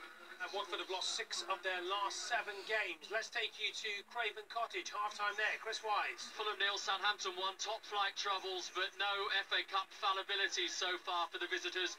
Ward-Prowse with the goal, his first of the season just before the half hour. A close-range finish of real assurance. Saints since then have played with swagger. The Championship side, Fulham, offered minimal threat. Fulham 0, Southampton 1. And half-time at Molineux. Mark Clement. It's Wolves 0, Swansea City 0. Wolves totally dominant. Christopher Nordfeldt in the Swansea goal has kept his team in it. 4 very good saves. But Swansea, who've treaded gingerly and lost Renato Sanchez to injury, with the best chance, Martin Olsen free kick, spanking off the bar. And shortly afterwards, Wolves down to 10. Ruben Vinagre, straight red for, I assume, a stamp on Nathan Dyer. Maybe one you guys can check out and look back on, because there's a lot of people looking very puzzled here, although undoubtedly something happened in a real melee. It's Wolves 0, Swansea City 0. And Northampton Town, 2 o'clock kickoff against Southend United. You may have seen. Oh, I see James's. Ravel with the goal in the last minute. Looks like a big crowd at St James's. St James's Park. Peter Slater. Yeah, Newcastle well in control of this game. 2 goals for Jose Perez, both from close range. A third from Jonjo Shelby, as United scored 3 times in 9 minutes to dampen the pre-match enthusiasm of the 8,000 or so Luton fans high at the Leeds' end. Rafa Benitez only made 4 changes, and his decision so far entirely vindicated. Newcastle well on the way to winning this one.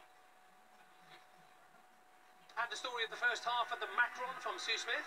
Bolton 0, Huddersfield 0. Not the best first half of football. Lots of misplaced passes and no real final ball from either side. Best chance for Huddersfield was for midfielder Hogg, who on the edge of the box just hit it over the bar. Bolton's best chance fell for Wilbraham, who had a free header. He didn't even find the target after a very good cross from the left-hand side. Hopefully a bit better in the second half. Half-time, Bolton 0, Huddersfield 0. Let's hope so. And half-time at Adams Park. Richard Askham. If Man City lose, we will have a chance of winning this cup. Saying that like Chelsea are still in it. And Chelsea might win it. Or Arsenal, or Tottenham, or Man United. Doesn't matter. If we win it, I'll Newcastle win the FA Cup. Oh my God. Half time at Gateshead, 0-0. But how the visitors are not level is beyond me. Villa keeper James Steer called into making some super saves at least 4 times the Posh have danced around the Villa area. Keenan Davis being the difference for the home side, being in the right place, right time. Early goals to tap home a loose ball in the box to make it Aston Villa 1, Peterborough United 0. Anything of note happening at the Keepmoat Stadium, Dermotana?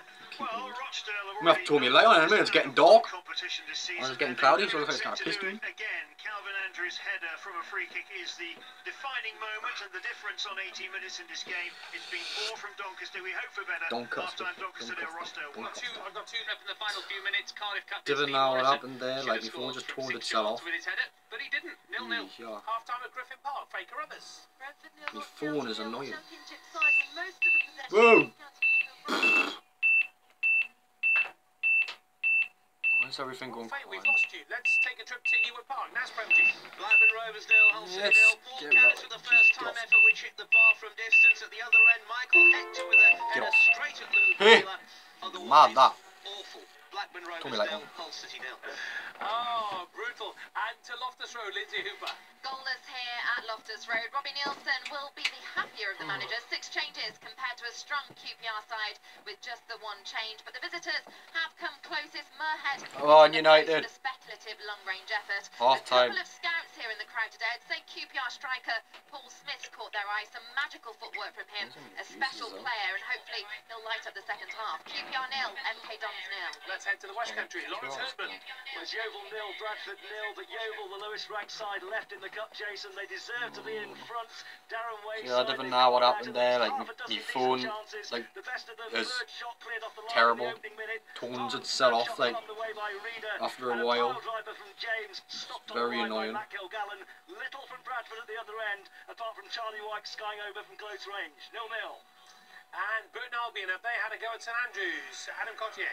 It's Birmingham 0, Burton 0. Certainly no fairy tales here, but a decent showing from Burton Albion in the first half. Will Miller had a free kick tipped away by David Stockdale. Lloyd Dyer had a shot cleared off the line, and John Brayford has had a shot into the side netting. Birmingham have been poor, their chances have been limited.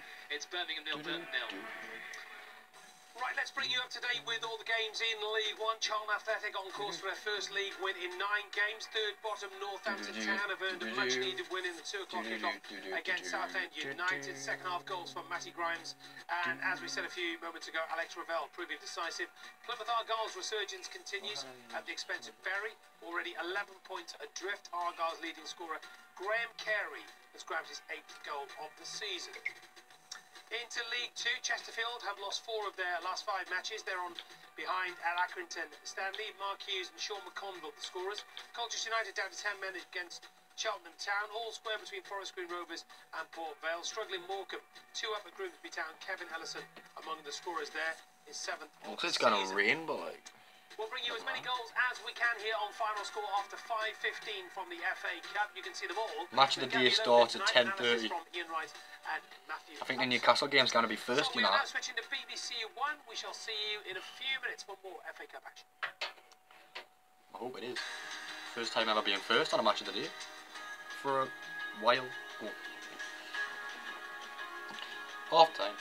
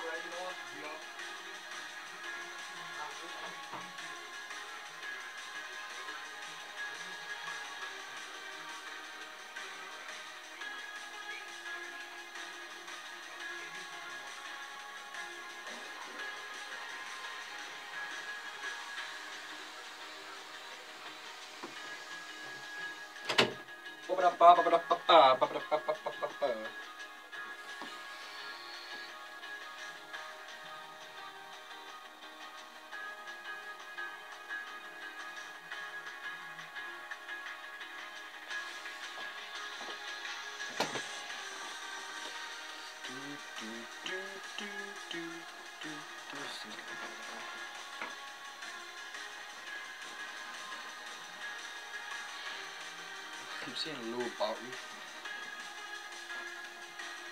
Oh my days, what am I doing? Oh, what am I doing? It's just a fox.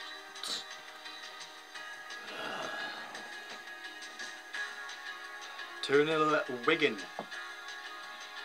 At Bournemouth. Bournemouth. Jesus,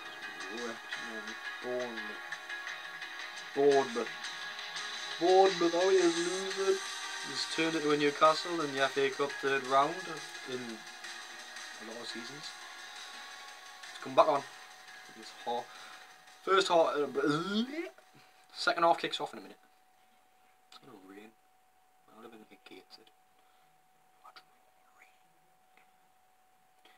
Drawing.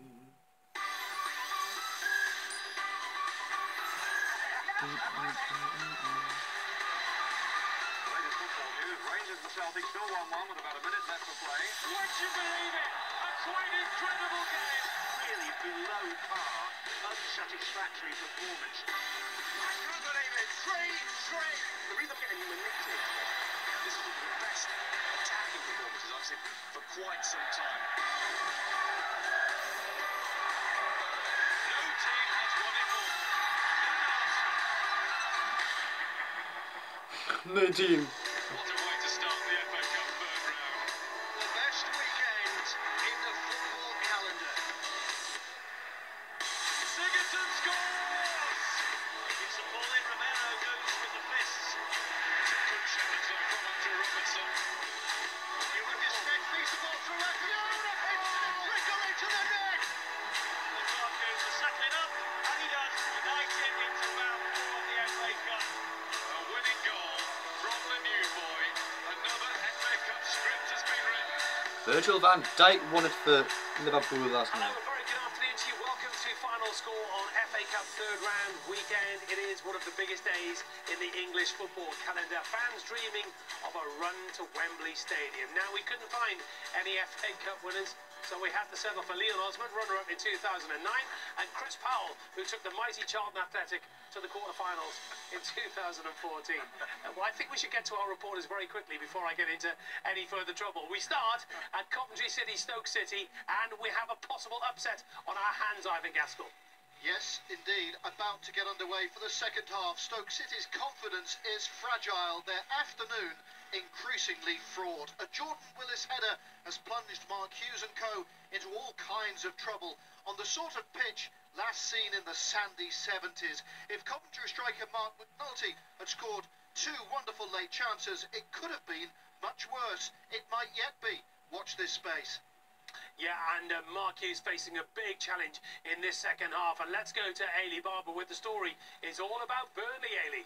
It is. Both teams just out and the game's just got underway for the second half. No changes for either side, but work for Manchester City to do because they trail from Ashley Barnes' first half strike. And what a strike it was. It's not one John Stones will want to see again. His sliced clearance created the opportunity, but don't take anything away from Barnes. He smashed it past Bravo. City's best chance came from David Silva. His effort from Aguero cutback came off the outside of second the half, post. it's kicking off. Not just as Come close on, as Newcastle. scoring is also as Come close on. as City have come to a shot on target. They're struggling to click in the final third, but you have to give a lot of credit to Burnley. They're defending in numbers, but they're pressing in numbers, and they're causing City real problems at the back. It's been a great cup tie so far, and a big 45 to come. It's City 0, Burnley 1. So we're back underway in the second half. Manchester City going out to the FA Cup, so too Bournemouth, Tony Husband. That's right, Jason. Yeah, the upset really on here from the moment we had a look at the team sheets at 2 o'clock. Bournemouth made 8 changes. Informed Wigan flying at the top of League One. Full strength here, Paul Cook with his side. Will Grigg got them off to the perfect start. Will Grigg's on fire. Your defence is terrible. Which was a Nick Powell free kick deflected in by Emerson Hydeman. Christian Walter made some really crucial saves to keep the Come on, Newcastle. Bournemouth have brought Mark Pugh and Jordan Ibe on at the start of this second half as they seek to avoid an FA Cup upset. We're 3 minutes into the second period and it's Wigan leading 2-0. Yes, 8 changes for Bournemouth and 8 changes for Huddersfield Town, Sue Smith. Yes, it's Bolton 0, Huddersfield Town 0. Lots of changes It's for both sides 0-0. actually today. You can tell the quality of the final ball just isn't there. There's no real intensity or endeavour from either Come side. on, Newcastle. The best chance ball for the Championship side, though, 38-year-old striker Wilbraham with a free header, but he couldn't hit the target. Van La Parra is now on for Huddersfield and will be hoping to make something happen for his team. But so far, it's Bolton 0, Huddersfield Town 0. And it's all pretty comfortable at the moment for West Bromwich Albion. Hamish Marshall. Yeah, they're leading 2-0 at Exeter, so that would be their All first come win from, in 22 not just games. West Brom, it's all comfortable for Newcastle United and all. Solomon Rondon put Don't them forget ahead them. and just over a minute. Do not forget Newcastle at all. Doubled that lead. They've even had the luxury of a really poor penalty by Hal Robson Kanu, which was saved. Newcastle are more comfortable than West Brom. But it doesn't really have the makings of an upset, this one. Luton Town have scored 62 goals this season, but they're being given something of a lesson by Premier League Newcastle United, Peter Slater. They certainly are. Yeah, Newcastle's team selection suggested they're taking the FA Cup seriously. Just 4 changes from the win at Stoke. If anything, a stronger team than that one. Luton backed by nearly 8,000 fans high in the Lees' end stand, but it all went wrong from the half hour onwards. 3 goals in 9 minutes for Newcastle, 2 for Jose Perez, both tap-ins, and a third from John Joe Shelby. Dwight Gale involved in all 3 of them. And after all that, Rafa sent his team out early for the second half. We've just underway and it's 3-0. Very muted celebrations from Newcastle United's players today. Right, no goals of Molyneux, but a terrible challenge. A terrible challenge indeed. So I haven't won the FA Cup, it's only Luton. The Wolves midfielder sent off for a stamp on Nathan Dyer in a game, actually, and it is 0-0 here, as you say, that his team have totally dominated despite 6 changes. In fact, the Swansea City standing keeper, Christopher Nordfeldt, making 4 very good first half saves. Swansea actually, though, had the best chance. Martin Olsen spanking a free kick off the bar. Got a really intriguing second 45 in prospect. It is Wolves 0, Swansea City 0. You have indeed. And there's a goal at the Den. Kelly Summers. Yes, Millwall 2, Barnsley 1. It took the Lions less than a Barnsley minute 2, Millwall 1.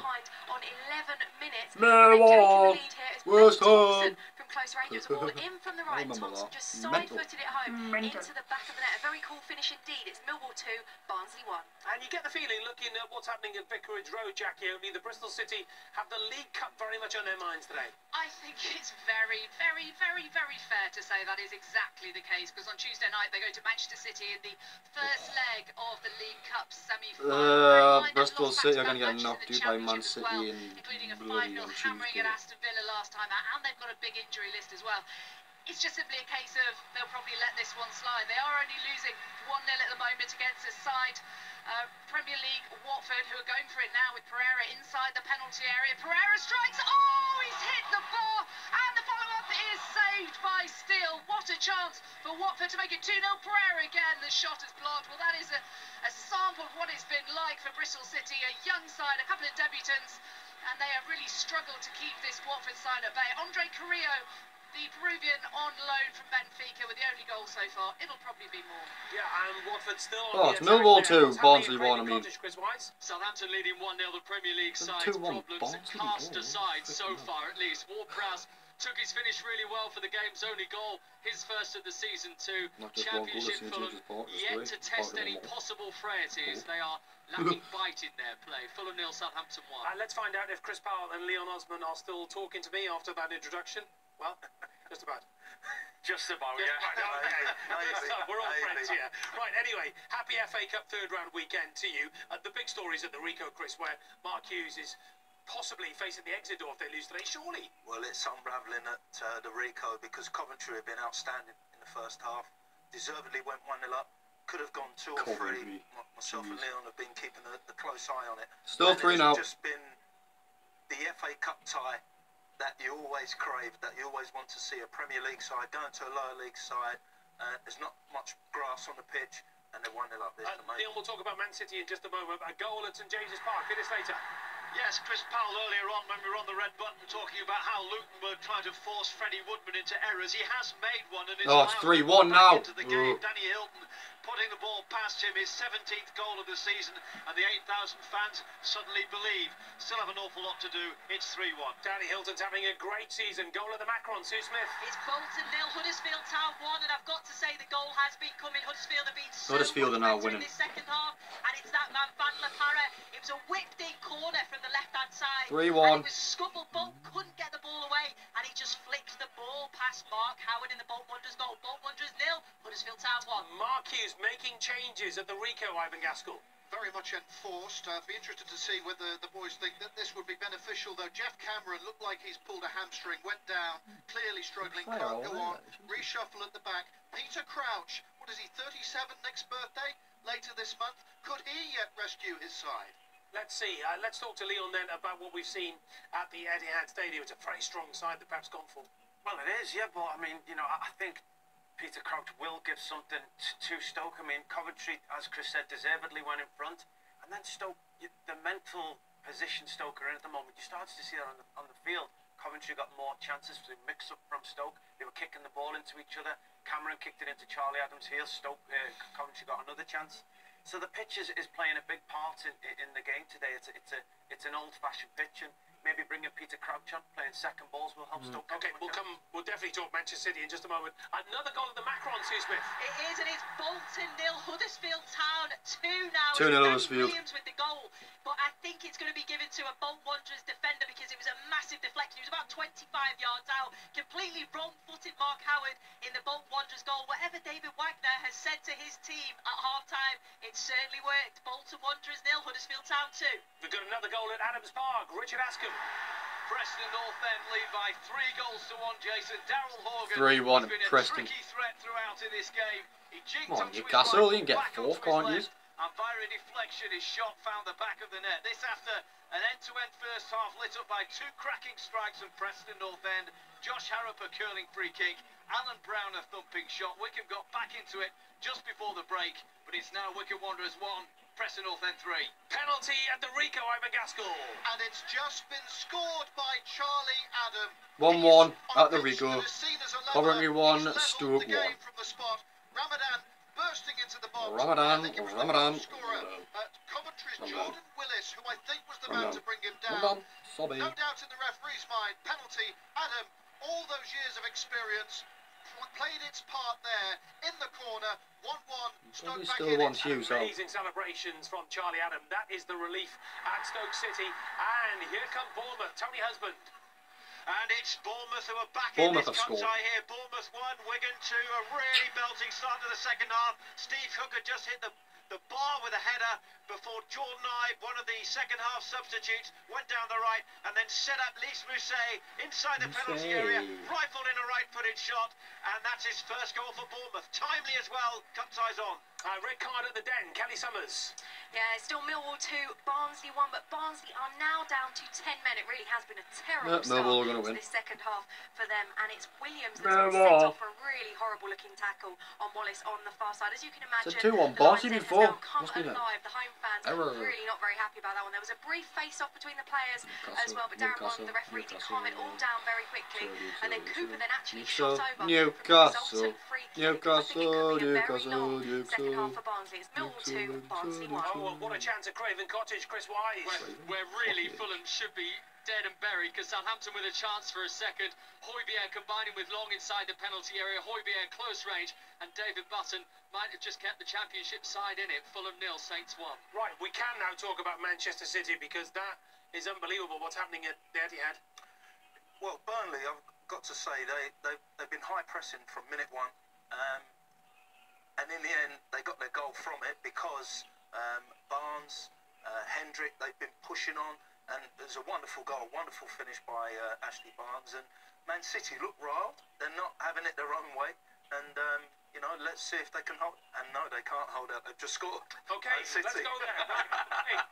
Man City have scored. And it's now Watford 2, Bristol City 0. And Watford have scored. Been coming, of course, and this time it is Troy Deeney, the captain, back after a 4-match suspension, cleverly with a cross from the right. Deeney diving header 2-0. Oh, it's quick thinking, isn't it, Ailey Barber? It is quick thinking from Gundogan, although it looked like he was still having a discussion with the referee when he took the free kick that went through to Aguero, who put it past the goalkeeper. I wonder if Sean Dyche will have something to say about that. He's having a word with the fourth official. He's saying that the whistle didn't go. Newcastle. I don't think he thinks the free kick should have been taken, but it stands, and it's Aguero who's got Man City back in this game. So City are level, and Coventry City still fancy this, Ivan Gaskell? They certainly do. They're not going to sit back, and it's interesting. There's just a little knock-on. If this game were to finish 1-1, a credible scoreline potentially for Coventry, it would have an impact on Manchester United, and particularly their players, who want to go to Dubai on Monday on a mid-winter break. But if this one goes to a replay, they won't be able to, because their next game is against Stoke City, and that would have an effect on their fixture next Monday back to Saturday. So all eyes on this one in more ways than one. And we'll be back to you very shortly. Another chance at St James Park. Hamish Marshall. Yeah, this one for Exeter City. It was a free kick. It was headed on, and the defender Danny Seaborn was just inches away from being able to slot it in at the far post. Kings of the North East, Newcastle United winning. But Exeter City have really I started don't this know how second to half sing. very, very well. They haven't been able to get the goal to get back into the game, but West Brom just having to think a bit now. They still lead 2-0 though. You are not going to believe what has happened at the Etihad. Ailey Barber. Incredible. Aguero at the double. Aguero! 2-1 Man City. But this one was a beautiful setup. A back heel that went through the Burnley defence, and Aguero ran onto it. And Man City are winning. They lost the ball on the edge of their own box, but Took them Manchester 2 City bloody just seconds. beautiful setup. Oh, it took them a minute and 10 was seconds to sent score through again. by Come on. Gundogan to slide it past Pope, and it's Manchester City 2, Burnley 1. That's a classy finish as well from Sergio Aguero. 18 now for the season for Aguero. And what a cup tie at the Den, Kelly Summers. Yes, it is indeed. It's now Millwall 3, Barnsley 1. It's all happening here in this second half. We've had 2 goals and a sending off in the opening 7 minutes. And Millwall have surely secured this one. It's a second goal for Aidan O'Brien. It was a lovely low strike from distance. It just nestled 3-1 Millwall, still 3-1 at Newcastle. Luton Town really in this, Peter Slater. Well, the Luton Town fans thought they were, I knew they weren't, because I saw that the assistant referee on the far side, as Danny Hill broke through and shot and put his flag up for offside. The 8,000 high in the Leazes then didn't see the flag. They thought it was 3-2. It's not. It's still 3-1 to Newcastle. Another substitution of Molineux, Mark Clement. Yeah, it's 0-0, but it's a significant one as well, because Swansea City are really going for it. Carlos Carvalho may be looking for that spirit that had that comeback at Watford last week, because he's brought Jordan Ayew, centre forward. This is starting to make me envious now. 4 up front, and he's brought him on for a central defender in Federico Fernandez, who was captain today. So signs that Swansea are going for it against 10-man Wolves. 0-0. 4 up front to Brenton Park. David Donaldson. Yeah, still Sheffield Wednesday dominating this match, pushing men forward, but they still can't find a way past Carlisle United. You have to say have defended brilliantly indeed. They had a chance of themselves early in the second half. Jimmy Devitt from about 25 yards, his shot flew over the bar. Still goalless. Chance for Stoke City, Ivan Gaskell. Yes, Kurt Zuma up from defence for a Charlie Adam corner, steering a header over the bar. I have to say there's unrest in the Stoke section of supporters, obviously prompted by that goal. They've got a new lease of life and have made some gestures, let's say, in large numbers towards the Coventry fans. It's being quelled. I think that's all calming down now. If only it were calmer on the pitch. Oh, well, right, I don't know where to go. There's so much happening to Ewood Park, and that's Premji. Blackburn Rovers 0, Hull City 1. Simple corner from John Terrell, simple header. Changed in the second half. Chelsea Lonie's given Hull the lead. It's Blackburn Rovers 0, Hull City 1. Luton Town are having a right go at Newcastle United. Goal at Loftus Road, Lindsay Hooper. QPR 0, MK Dons 1. 26 places between these teams, and it was a horror show at the back. The ball looking like it was going out seriously for a throw-in. 3-2. Scowen was trying to go seriously in, 3-2. actually couldn't keep the ball in. Seriously? He picked it up, and the Better defender not be. he slotted it into the left-hand corner. QPR 0, MK Dons 1. We are loving this game, Peter Slater. It's really opening up, which is quite surprising. I would have thought that because Newcastle were 3-1 up, Rafa might have tightened things up, but Luton on the break, and they now have a free kick at the Leazes end, just outside of the D, fairly central. Ollie Lee is going to take it, and remember his dad, Rob, made over 300 appearances for Newcastle United, so he will certainly have divided loyalties. Referee Neil Swarbrick making sure that the wall is the full 10 yards. Here comes Ollie Lee, strikes it, takes a deflection just wide of Freddie Woodman's right-hand post, and it remains 3-1. Right, all that happening around the country. Still 3-1. Reading still very much under the cosh here. The home side, Stevenage, just had a fantastic chance to open the scoring. Jack King with a brilliant volley on the corner of the penalty box. It required an acrobatic save from Reading's reserve Finnish keeper Anssi Jakala in the visiting goal. Since the break as well, Danny Newton for Stevenage has also tried his luck, but the League Two side on top here. Free kick for Wolves, Mark Clement. Barry Douglas lethal with that left peg. Set up, didn't he, the winner last week at Bristol City in the league. Scored during the week himself. But he's just buried his free kick into the Swansea City wall. A Swansea breakaway with Wilfred Bonney, Jordan Ayew Bonney.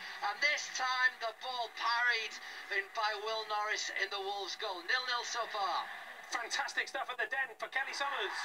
Yeah, this is a brilliant game, and it's now Millwall 4, Millwall Barnsley 1. 4. I really feel for the Tykes now, because this could be any scoreline. Millwall are rampant, and this time it was Morrison who just paid it through to Onyedinma, who made no mistake from close range, just slotting it home. It's Millwall 4, Barnsley 1. 4 defeats on the bounce for Cardiff City. How are they coping against Mansfield Town, Carl Roberts? Well, they've just had a shot cleared off the line, Jason. Trees Healy's shot was cleared, put over the bar for a corner. Minutes before that, Mansfield should have taken the lead. Lee Angle with a shot saved well by Brian Murphy. The game's come to life. Birmingham City on a good run. Goal at St Andrews. Adam Cotier. Yes, Jason, they lead 1-0. Sam Gallagher with Birmingham are winning now. From the dead ball line, and he fired it into the top corner of the net. Against the run of play, really. Burton have been the better side up until now, but Birmingham leads. Birmingham 1, Burton 0. Another chance at the Etihad, Ailey Barber. And another chance from Manchester City. Some switch has been flicked at half-time because they are making things click in the final third now. Danilo was set free from Sterling. His shot was saved. It landed, and it looked like it landed kindly for Sani, who had an open goal in front of him, but somehow sliced it over the top of the crossbar. Not one for him to watch again, but it's all City now, and they lead now by 2-1. Notts County apparently licking their lips at the thought of taking on Brentford at Griffin Park. Faker others. Yes, they have, and they've been much better in this second Come half. on, Newcastle. Still 0-0 here. Brentford have been pushing in the first half, but Notts County have a corner at the moment. They're knocking on the door, and don't forget, this season they have, in the last 10 minutes of a game, scored 16 goals, so it's not over here yet, 0-0. Aston Villa's big priority this season, of course, is to return to the Premier League. But today, Mark Webber? Well, it's 1-0 to the Villa, but it's been wave after wave of blue attack heading towards the Peterborough fans to my left. Marcus Maddison coming close. Danny Lloyd's boot millimetres away from making an equaliser. How they've not got one yet, I don't know. It's Aston Villa 1, Peterborough United 0. Let's take a trip to Hewish Park. Lawrence Herdman. Still goalless in South Somerset, Jason, but Yeovil racking up the chances. You feel they have to take one sooner or later. Early free kick in the second half. Upstead Otis Khan, left angle of the Bradford box, and his curling shot grazed the side netting. 0-0. Goal at the Macrons. Sue Smith. And it's a goal back for Bolton Wanderers. It's Bolton Wanderers 1, Huddersfield Town 2, and it's Derek Cassini. It was a corner from the left-hand side. Whipped in. He come in at the far post completely unmarked, and he sort of headed the ball on his knees, but it went into the back of the net. Bolton Wanderers 1, Huddersfield Town 2. Time for us to pay a visit to the Keepmoat Stadium. Durham Tanner. Much better from Doncaster. They still trail by that. Andrew goal on 18 minutes, but they had a really good chance for an equaliser. Beeston right in front of goal. He's 2 yards out. He hits the keeper. Brilliant save from Josh Lillis. Doncaster 0, Rochdale 1. All Championship at Paul Monroe. Jack Nichols. Yes, and it's not a very good game. I'm sitting here bubbling over with jealousy about all the goals going in everywhere around the country. It was a great goal in the first half from Nathan Thomas to give Sheffield United the lead, but neither side really looking threatening in this second half. Disallowed goal at Loftus Road. Lindsay Hooper. Yes, the referee spotted a foul in the box. Smith had glanced in from Robinson's long throw, but it's been ruled out. QPR 0, MK Dons 1. And back to St Andrews. Adam Cotier. And they've lost them. Still 1-0 to Birmingham here. Sam Gallagher with his second goal in as many games. Birmingham really started this second half on the back foot, but took the lead with Mahoma's run down the right-hand side of the penalty area and the cutback for Gallagher, firing it past the goalkeeper. Birmingham 1, Burton 0. Any chances at St James Park, Hamish Marshall? Yeah, we've just had one from Dean Moxey, fired over the bar for Exeter City, and Lee Holmes, a substitute, has forced a save from Ben Foster. West Brom really comfortable in the first half. Exeter giving it a good old go in the second. They haven't got themselves on the score sheet yet. They still trail to West Brom 2-0. High boot at the Rico, Ivan Gaskell. Yes, brilliant stuff here, though. It's a thrilling cup tie. Nothing really came of that high boot. No action taken. Stoke really going for it. Really, they've turned things around since half-time. Not sure what was said, but you can rest assured the paint has now stripped firmly off the walls in the Stoke dressing room, but they've responded. Croucher's arrival has made a difference. You know, the last time these two met, the only time they met in the cup, 1987, Coventry won it and went on to win the cup. I wonder. And back to Hewish Park. I'm hearing there's been a goal, Lawrence Herdman. And no more than Yeovil Town deserved. They've been threatening all game. Yeovil are winning. Breakaway goal. Otis Khan threaded through. Marcus Barnes, who only signed on loan yesterday from Southampton, and he kept a cool head, the striker, and dispatched it clinically. It's 1-0 Yeovil. 39 league places separating those two sides. Back to Peter Slater at St James's Park. Man down, Peter. Yeah, man down. It's the number 19 for Newcastle United, Javier Manquillo. It was a fair challenge, actually, but he crashed into the advertising hoardings. Pleased to say that he's happy to resume. He's back on the pitch. Luton still coming forward. John Joe Shelby, another player in the referee's notebook as he stops a Luton attack by tripping one of their players, and it still could be anybody's. Still 3-1 though. Well, Wigan Athletic really should have scored a few moments ago, Tony Husband. Could have wrapped it up. They might wrap it up here. They got a chance at the edge of the box and a shot wide from Max Power, deflected for a corner. Moments ago though, he was arriving, fired it over the top. Callum Wilson standing by to come on for Bournemouth, still trailing 2-1. Stoke City have a corner, go there next. Griffin Park, and there's a goal. Faker Others. Yes, and it's for Notts County. What a goal from John Stead as well. He loves the FA Cup. A stunner from about 20 yards out on the right-hand side. Hit the top left corner, and that was just after Brentford appeared to have the goal in the back of the net, but it was cleared. 1-0 Notts County at Brentford. Notts County, the League Two side, who lead by a goal to 0. It is amazing what is going on in the Rico Arena, isn't it? Because both sides want to win it. Peter Crouch has gone close, but you can see Coventry City, they're going for it, aren't they? They're definitely not out of this game. I mean, it's end-to-end. I told you, I said we were going to go there pretty shortly. I'm thinking of my boat. Let's go back to the 2-1. 2-1 Coventry. Couldn't write it, Jason, although I think maybe somebody did just there for you. You scripted it absolutely perfectly. Coventry are winning 2-1 against Stoke. And from absolutely nowhere, Jack Grimmer Stoke lose, Newcastle are going to score. And he just let fly. and nobody could quite believe it, least of all him. He looked around to ask if he had scored. You bet you've scored. Coventry lead 2-1 here. Amazing stuff for Coventry City, not for Stoke City, of course. And a red card on Molineux, Mark Clement. Yeah, even Stevens now on that particular front, because Leroy Fer has just gone for Swansea now to follow Ruben Vinaigrette in the first Now half. Wolves have a chance because Swansea now down to 10 men. Elder Costa as Costa was going through, but Elder Costa was in his own half. It wasn't a goal-scoring opportunity. It must have been studs on the back of the ankle, on the Achilles there. It must have been that. That's the only reason, because it was not a goal-scoring opportunity by any means. 0-0 here, both sides down to 10. Oh, well, boys, you're just looking at the replay there. I mean, it's a bit of a silly trip, isn't it, by Fer? It's a cynical one. It's one of those where you've had a tackle and the player's getting away from you, and to stop a counter-attack, you just clip his heels. He's literally just clipped his heels. It's a booking. It's a definite yellow card, but, you know, considering we saw a tackle by punching on De Bruyne the other day, that only got a yellow card. The fact that the referees come running over and give a straight red, the look on Fer's face there says it all. And the rest of the players, you have to say as well, Chris, all the Swansea City players were surrounding the referee saying, how can that be a red card?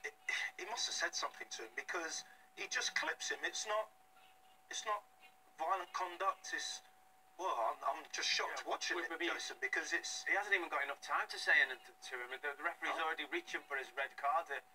I don't know exactly what he feels. It certainly wasn't dangerous. He just clipped his heels. Come on, Newcastle. Look at the shock on Leroy Fer's face. He cannot believe that is a straight red card. Well, neither can Carlos Carvajal. He's complaining. It's just an amazing decision by the referee. I mean, you know, Wolves are already down to 10 men. And sometimes, as a player on the opposition, you've got to be careful. You know, sometimes referees, without meaning to, maybe are looking to evening things up. That's always the saying in the dressing room, and you've got to be careful. But that's a ridiculous. Because it hasn't been a dirty game in any way, shape or form, has it? There's been a pretty reckless tackle, but it's not been a dirty. No, it's been a real entertaining 0-0. It's been end-to-end, and now with 10 men each, well, you know, maybe there'll be a winner. And there's been another goal at the Etihad. Eddie Barber. I think it might all be over for Burnley, and this one was just classic 3-1 Manchester City. City. Beautiful counter-attack. David Silva with the final ball. A little 1-2 with Sani. He played it perfectly into Sani's path, who took it really well to put it in from a tight angle, and Manchester City now lead by 3-1. Leroy Sané's first goal since October to Brunton Park. Dave Donaldson.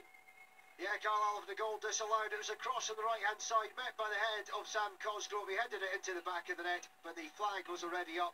Sheffield Wednesday have thrown on Jordan Rhodes as they try to find a winner in this game. Still goalless. Fulham are playing well today, Chris Wise, but they're still 1-0 down. They are. Ryan Bertrand's just had a free kick for Southampton over the top. They are at least now the home side offering a threat, having 20 minutes to go. Really failing to do so. A chance for the hosts a moment ago. Frederick's low ball from the right, flashed across the area. Yazan creeping in, didn't make connections. Thankfully 1-0. And are there going to be any more goals at St James's Park a bit later? Well, the way this game is opening out, there may well be. The second Lee brother has come on. Elliot, he's on with his brother Ollie for Luton.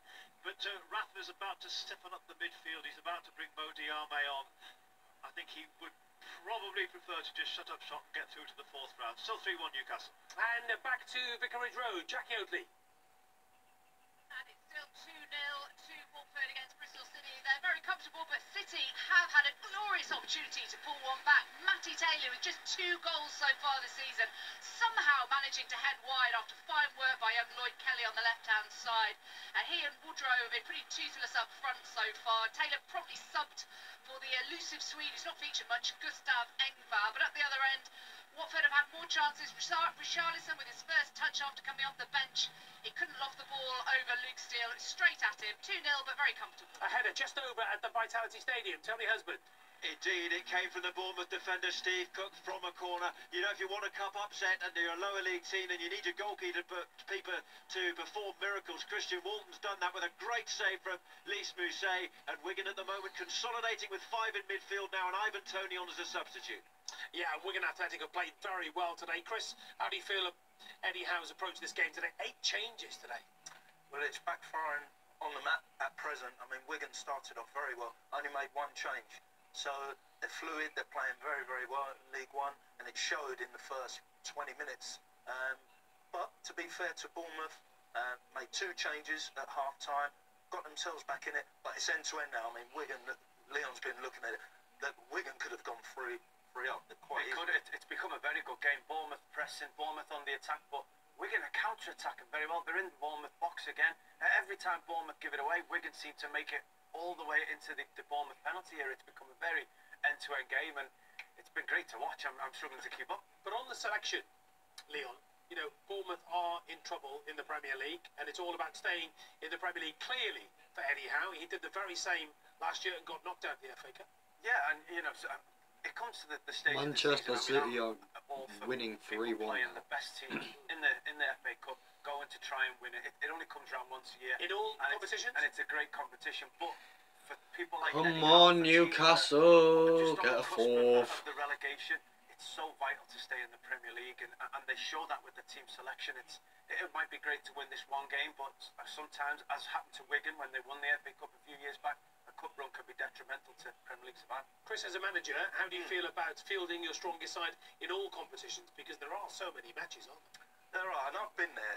Sometimes you feel that the goalkeeper who hasn't played for 10, 15 games, you want to give him a run, but you know, most players, they like to have a run in the team, and sometimes if you haven't played for a while and then you put in, you feel a bit under pressure, you're not too sure, you're not too sharp, and that's why you see upsets now, because teams making 8 changes, there's no way that they can know what each other's doing, and they're not in the groove, and sometimes it works for you, and at the moment it's not working for Bournemouth. Absolutely. Right, let's go back around the grounds. Let's start at St James's Park. Peter Slater.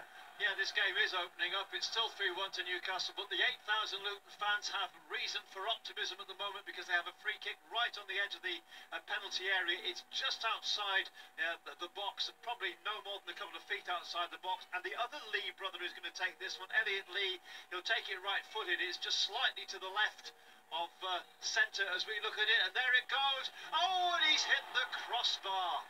Wow, that was close, and Nathan Jones, the Luton manager, just down in front of me, head in hands, couldn't believe it. That is as close as Luton have come to scoring a second goal. And keeper didn't even move. Back to the Rico, Ivan Gaskell.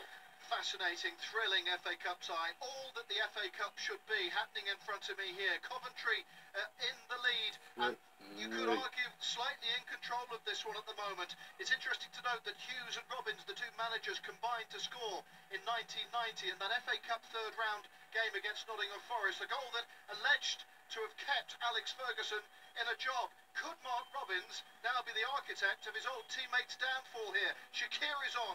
A last throw of the dice for Stoke. Time is running out. Very good FA Cup knowledge there, Ivan Gaskell. Let's go to Durham Tanner. How many penalty shouts have you had there? We've had 4 for Doncaster in the space of 2 minutes. We've had Doan, Coppinger and Marquis twice brought down, it would seem, in the box, but Andy Warmer, the referee, waving all of them away. And then a few moments ago, Doncaster hitting the foot of the post. It's a really good cup tie, but they still trail Doncaster. Rochdale still lead by a goal to 0. And let's take a trip to Craven Cottage. Chris Wise. Where Southampton have just hit the crossbar, a corner from the right-hand side, flicked on by Shane Long. Jack Stevens, 5 yards out, has to score. Header comes off the underside of the crossbar. Fulham 0, Saints 1. Couple of chances at the Macron, Sue Smith. There has been, yeah, it's still Bolton 1, Huddersfield Town 2. The game's really opened up after a quiet first half. The intensity is so much better from both sides. Great effort from Huddersfield's Danny Williams. He's confident from his goal. About 25 yards out, powerful strike, great technique, but just over the bar. Bolton 1, Huddersfield 2. Well, we've had an amazing second half at the Etihad, Early Barber. It's been superb, but if you're Sean Dyche and Burnley, you're wondering what's happened, and now Manchester City have just brought Kevin De Bruyne on, so it's a formidable Manchester City team they're up against, but they are going for it. There's essentially 4 strikers on the pitch for Burnley right now. They are going for this one, but it might just be a bridge too far now that they're down by 3 goals to 1. Another free header at the Rico, Ivan Gaskell. Indeed, this time Stoke, a header off the line by Coventry, backs to the wall for them. This is brilliant stuff here. It's still 2-1 Coventry. Oh, Fulham have gone close at Craven Cottage. And what's happening at Adams Park? Richard Ascombe. Still Wycombe 1, Preston 3. Preston playing with a swagger at times now. Daryl Horgan almost scored again a moment ago. Wycombe are trying hard to get Akin Fenwer on the ball, but the Championship side are well on top. And to Jack Nicholls of Portman Road. Well, Bialakowski, the Ipswich goalkeeper, has kept his side in the tie. 2 excellent saves in the space of 2 minutes from Carruthers and Baldock. Ipswich really need to get some sort of impetus going up front. They brought on Martin Waghorn to try and drive forward and create some opportunities, but they haven't really had any. Still trailing Sheffield United by a goal to 0. Chris Wise, am I right? Good chance for Fulham. Chance this time for Fulham. 2 defenders with opportunities in the space of 2 minutes. Dennis Odoi with it. Free kick from the left. Alex McCarthy, the Southampton goalkeeper, colliding with his own man. Dropped to Odoi, 9 yards out. Hooked it over the top of the crossbar with an open goal. Been a few minutes since we gave you a goal. We've got one at Villa Park. Mark Webber. 4,500 Peterborough fans go absolutely mad in Peterborough front of scored just against Aston Jack Villa. Marriott right in front of them, head right into the goal, nobody to stop him. He's on Villa's transfer wish list. I don't know whether that's helped. Aston Villa 1, Peterborough United 1. Listen to the noise. Grant McCann's side back in it. Peter Slater, Luton Town still going. They're still going. 47,000 is the crowd. They're almost camped in the Newcastle United penalty area. And there's a shot. Good save from Freddie Woodman. And the ball cleared away. Luton on the attack. What a cup tie. Back to Adams Park. Richard Ascombe. Yeah, we're about to have a penalty to Preston North End. The ball isn't yet on the spot, Jace. A bit of shirt tugging in the box. Paul Huntington, the man who had his shirt almost pulled off his back. But come back to me. We're going to be a couple of minutes here before this spot kick is taken. Yes, OK. We shall do that. Let's go to Molyneux in the meantime. Mark Clement. It's 0-0. We've had a strategic substitution now from Swansea, bringing on Rocky Massa, taking Wilfred Bonney off, having lost Leroy Furt to that second red card of the game. And then Rafa Mir, signed from Valencia, has just come on from Wolves. Talk about an opportunity to make a name for yourself, taking off the fans' hero, Leo Bonatini. It is so finely poised. I have to say, Swansea much better on the attack, but so wild in their shooting. 0-0. And back to that penalty at Adams Park. Richard Ascombe. Yes, it's about to be taken by Alan Brown, who has already scored 1 goal in this game. The Irishman, a cracking goal it was as well. Left foot volley, the referee Peter Banks, no hesitation in giving this spot kick. He's just ordering the Wycombe Wanderers goalkeeper Scott Brown back onto his line. Bit of messing around. This to make it 4-1 to Preston North End. Alan Brown, young Irishman, here he comes, right-footed. Smacks it into the top left-hand corner. He's all over here. Wycombe 1, Preston North End 4. It is indeed. Alex Neil's side heading into the 4th round of the Cup. We haven't been to Exeter City for a while, Hamish Marshall. Yeah, they've been doing most of their pressing, and they've kept this game against West Brom alive much longer than we thought they would when West Brom were 2-0 up midway through the first half. They forget Ben Foster busy with a couple of saves in the second half, but Hal Robson-Kanu has missed another great chance to really bury this. He shot wide from 10 yards. And we've got another goal at Hewish Park. Lawrence Herbert. And League 2 Yeovil Town have doubled their lead here. Francois Soko bulldozing his way down the left side. He squared it across the Bradford City penalty area, and Jordan Green kept his cool and side-footed home. Another famous FA Cup upset on the cards here. Yeovil 2, Bradford 0. And no upset by the looks of it at the Etihad. Amy Barber.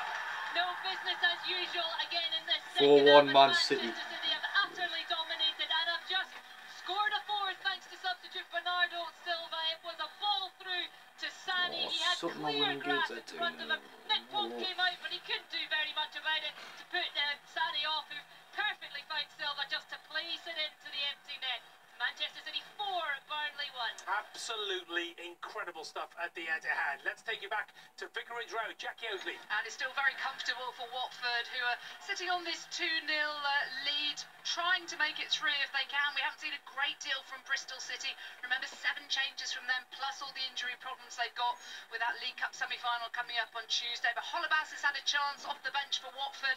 His swept shot tipped over the bar by Steele. Doucouré's cross for Wagé volleyed over the bar. And Freddie Hines, the youngsters, come on for the ineffective Woodrow. He scored here in the League Cup earlier on this season. Wigan Athletic having to do an awful lot of defending, Tony Husband. They are. Oh, and the ball is just in the post. Shot from the left-hand side of the box from one of the substitutes who's really helped change the game, Jordan Nye for Bournemouth. Callum Wilson is on the field as well. And a few moments ago, Emerson Hyndman, who scored an own goal in the first half, arriving in the box, firing over. We're inside the last 6 minutes now. Wigan hanging on. And how long left at at the Ricoh Arena? That's what we want to know, Ivan Gaskell. We're inside the last 8 minutes of a pulsating cup tie here at Coventry City. Shots are raining in on their goal. They're standing tall. Jack Grimmer's goal is about to perhaps trigger a grim turn for Stoke's season. Wow, we've just had a chance at the Macron to Smith. We actually have, and it's Danny Williams with the chance. It was nearly his second goal, but Huddersfield Town, they're controlling the game now. They're passing the ball around well. Phil Billing, he's on. He's there to strengthen the midfield. But Bolton's Adam Lafondra, he's trying to get that equaliser for Bolton. Every time he goes forward, he does look sharp. But so far, it's still Bolton 1, Huddersfield Town 2. We need to take a breather. Norwich City hosts Chelsea in this evening's FA Cup third round match. It's live on 5 Live, and Conor McNamara can bring us the team news. Yes, Norwich bring in Christoph Zimmermann, so it's going to be a three-man central defence for the home side. It's a strong Norwich team with their two in-form players, Alex Pritchard and James Maddison, both in the starting 11.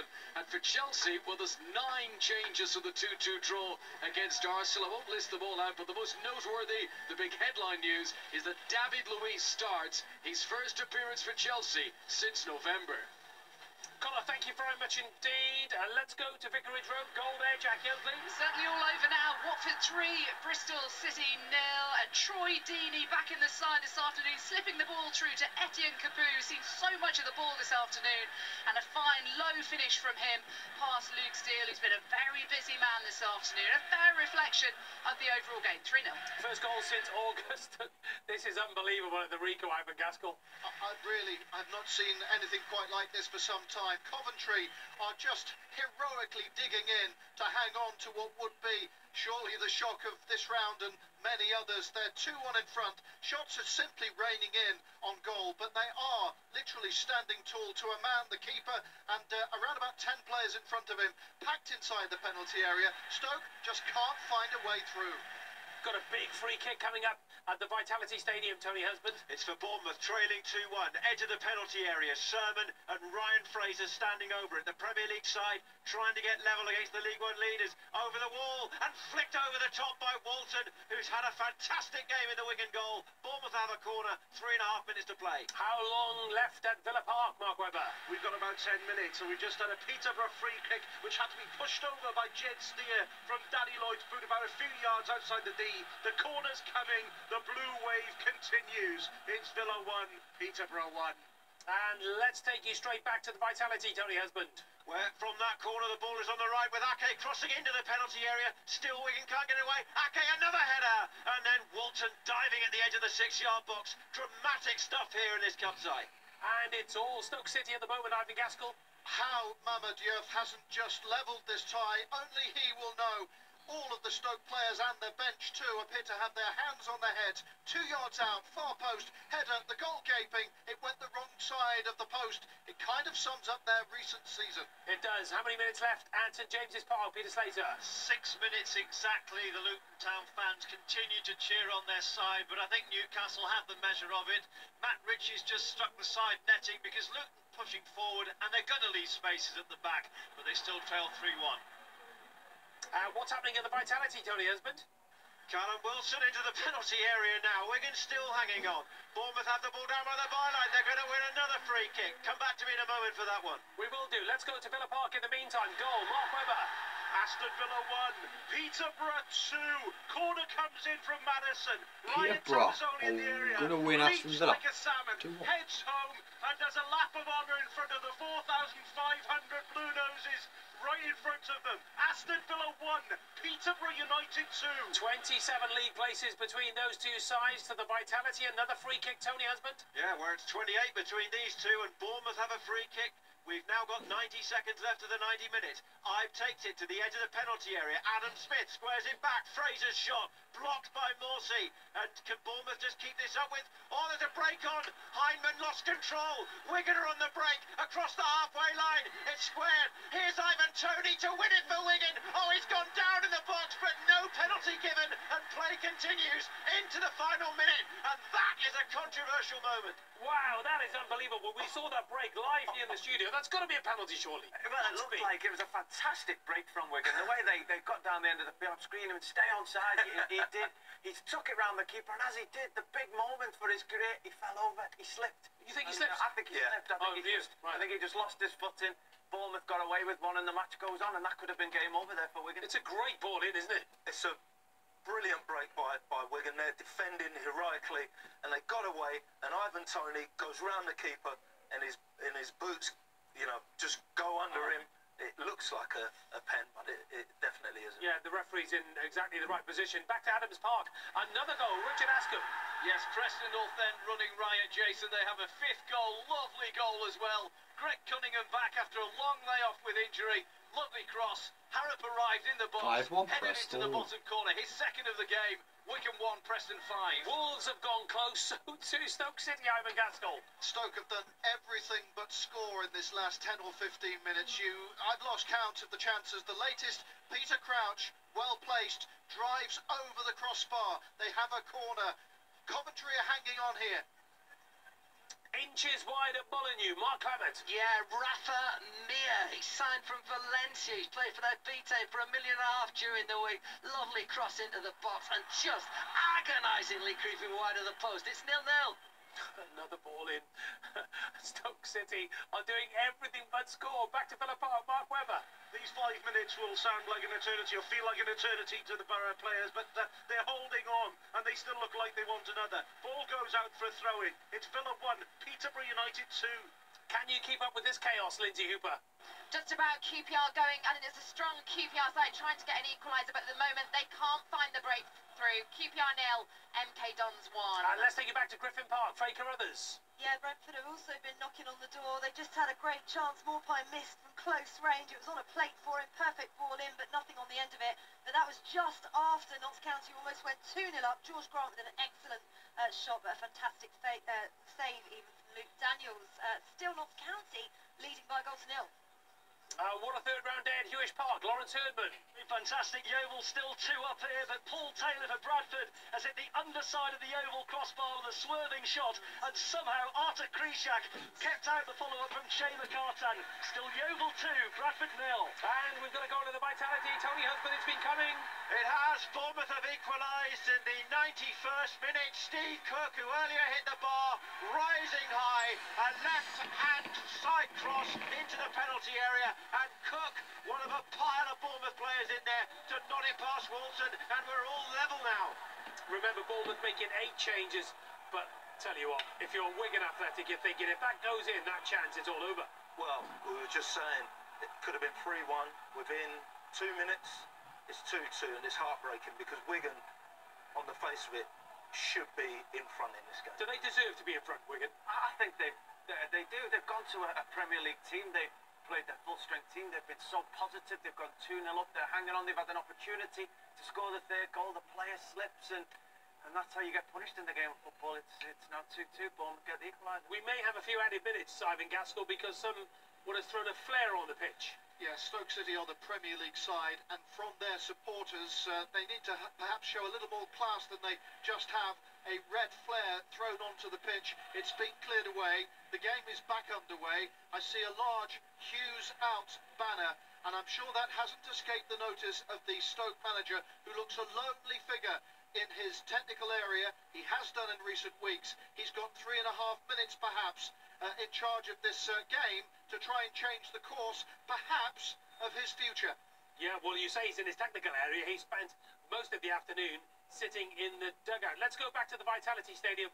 What a cup tie, Tony Husband. An absolute thriller, and the final whistle has just gone. Bournemouth 2, Wigan 2. There are so many talking points. Perhaps one of the big ones could be the late Wigan break at 2-1, which set up Ivan Toney inside the penalty area, skipped past the keeper, but lost his footing. Was he shoved? Could it have been a penalty? Who knows? Bournemouth went down the other end. They got the key goal, the Steve Cook header, an equaliser. Earlier, remember, Wigan had gone into a 2-goal first half lead.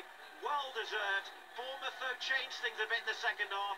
Ivan Pugh came on as substitute. So did Callum Wilson, and that helped. And they got back in the game through Mousset, and then Cook's dramatic late intervention. I think Paul Cook, the Wigan manager, will have a bit to say about that late incident with Ivan Toney. 2-2 it finished. Indeed, and Eddie Howe has another fixture to manage. Back to the Rico, Ivan Gaskell. Less than 2 minutes of added time for Coventry to hang on and Stoke to salvage a replay. They certainly couldn't have done more in front of goal other than score. Shots have rained in. Another one's just gone flying over the bar. I think it was Zuma and Crouch rather in each other's way. And hope is fast fading for Mark Hughes and co at the Ricoh Arena. Yeah, and all they'll want to do now is run the clock down there. We'll go back there very shortly. It's all over at Vicarage Road. Jackie Oakley. Yes, Watford 3, Bristol City 0. A very comfortable win for the side, full of Premier League regulars against a largely second-string Championship side, showing a couple of young debutants. Corio's neat finish made it 1-0 at the break. Deeney's diving header and Capu's third after a neat team move finished them off. A much-needed confidence booster for Watford after 6 league defeats in 7. And no tears for Bristol City, who have a League Cup semi-final and a promotion push to focus on now. The 4 trophies still very much on, Ailey Barber. They are indeed. Manchester City's unbeaten domestic season continues as they boot their place in the 4th round, but it looked in doubt at the midway point. Ashley Barnes deservedly put the visitors ahead in a first half where City failed to register a single shot on target. But City, they seem to be able to drive themselves from average to brilliant in just the blink of an eye. Gundogan's quick free kick, unfairly quick by the look of Sean Dyche's body language, that's what he thought. Found Aguero, he slotted past Pope, and the two combined again superbly 2 minutes later. Aguero again the scorer. Leroy Sané released by Silva for the third before providing for the other Silva, Bernardo, to round off a comfortable afternoon and bring the Guardiola grin back. It is Manchester City 4, Burnley 1. Corner at the Ricoh, Ivan Gaskell. It's been taken. It's been missed by Crouch. Shaqiri drove it in. Crouch rose, and with 5 seconds of added time left, is that Stoke's last throw of the dice? Surely their last chance. They look to be heading out of the cup. Can't believe I'm saying this, but West Bromwich Albion have won. Hamish Marshall. Indeed, the long wait for a win is over. A 22nd attempt. Salomon Rondon and Jay Rodriguez gave them a 2-0 win over Exeter, but they had to withstand a fair bit of pressure from a side who hit the post in stoppage time in the first half. Alan Pardew named a strong side to avoid a banana skin. Now, have they built enough confidence to help with a relegation fight? Yeah, good win for Alan Pardew's side all over at the Den. Kelly Summers. Yeah, finished here on Millwall 4, Barnsley 1, and an entertaining afternoon comes to an end with Millwall comfortably in the hat despite making 7 changes. They did it the hard way though, falling behind on 11 minutes to Potts' strike. O'Brien drew them level 10 minutes before half-time, but it was upon the restart that this game came alive. Thompson making it 2-1 inside a minute before things went from bad to worse for Barnsley. William Singh read for a horror tackle on Wallace, and further goals from O'Brien and Onyedimna meant this game was done and dusted with 62 minutes gone. Millwall got the quarter-finals last season. They're on their way this season too. Millwall 4, Barnsley 1. Yep, Millwall into the 4th round, all over at the Macron. Sue Smith. It is, and it's Bolton 1, Huddersfield Town 2. After a poor first half from both sides, who both made lots of changes, the second half sprung to life. David Wagner's clearly told his team to up the intensity, and Van La Parra scored the first goal from a corner. Danny Williams, after a deflection, scored the second. Completely wrong-footed Mark Howard in Bolton's goal. Bolton showed real character though to try and get back into the game, and they got one back from Derek Cassini, but they couldn't quite get the equaliser. Full-time Bolton Wanderers 1, Huddersfield Town 2. And we have a shock in the 3rd round of the FA Cup at the Ricoh Arena. Coventry 1, Stoke. A cup tie that simply had everything. Stoke City under pressure going into the game and under pressure for much of the first half. Jordan Willis had Coventry in front at the break. Stoke backs against the wall. Then Charlie Adams stepped up to the spot after Ramadan was felled. And Ramadan. Perhaps levelled the tie. Were Stoke out of jail? No, came the answer. Jack Grimmer scored from nothing, 20 yards out. The afternoon and the season. I think Newcastle have actually won. For Stoke, and indeed Newcastle have won. Hughes, Newcastle United have won, but I don't know what's going going on. on. The touchline at the end of the game. Stoke heads are down, but Coventry City, huge shock. Winners in 1987 have won this tie today. 6 defeat in 8 games for Stoke City, and will that be too much for the Stoke City owners? Are we about to see the end of Mark Hughes' reign at Stoke City? Very late goal, as you can see, at Villa Park. Aston Villa are out, Mark Webber. 3-1 Peterborough. 7 times FA Cup winners, Aston Villa 1, Peterborough United. Yes, Newcastle won. Villa's much changed. Ended 3-1. Get in. Peterborough attack. First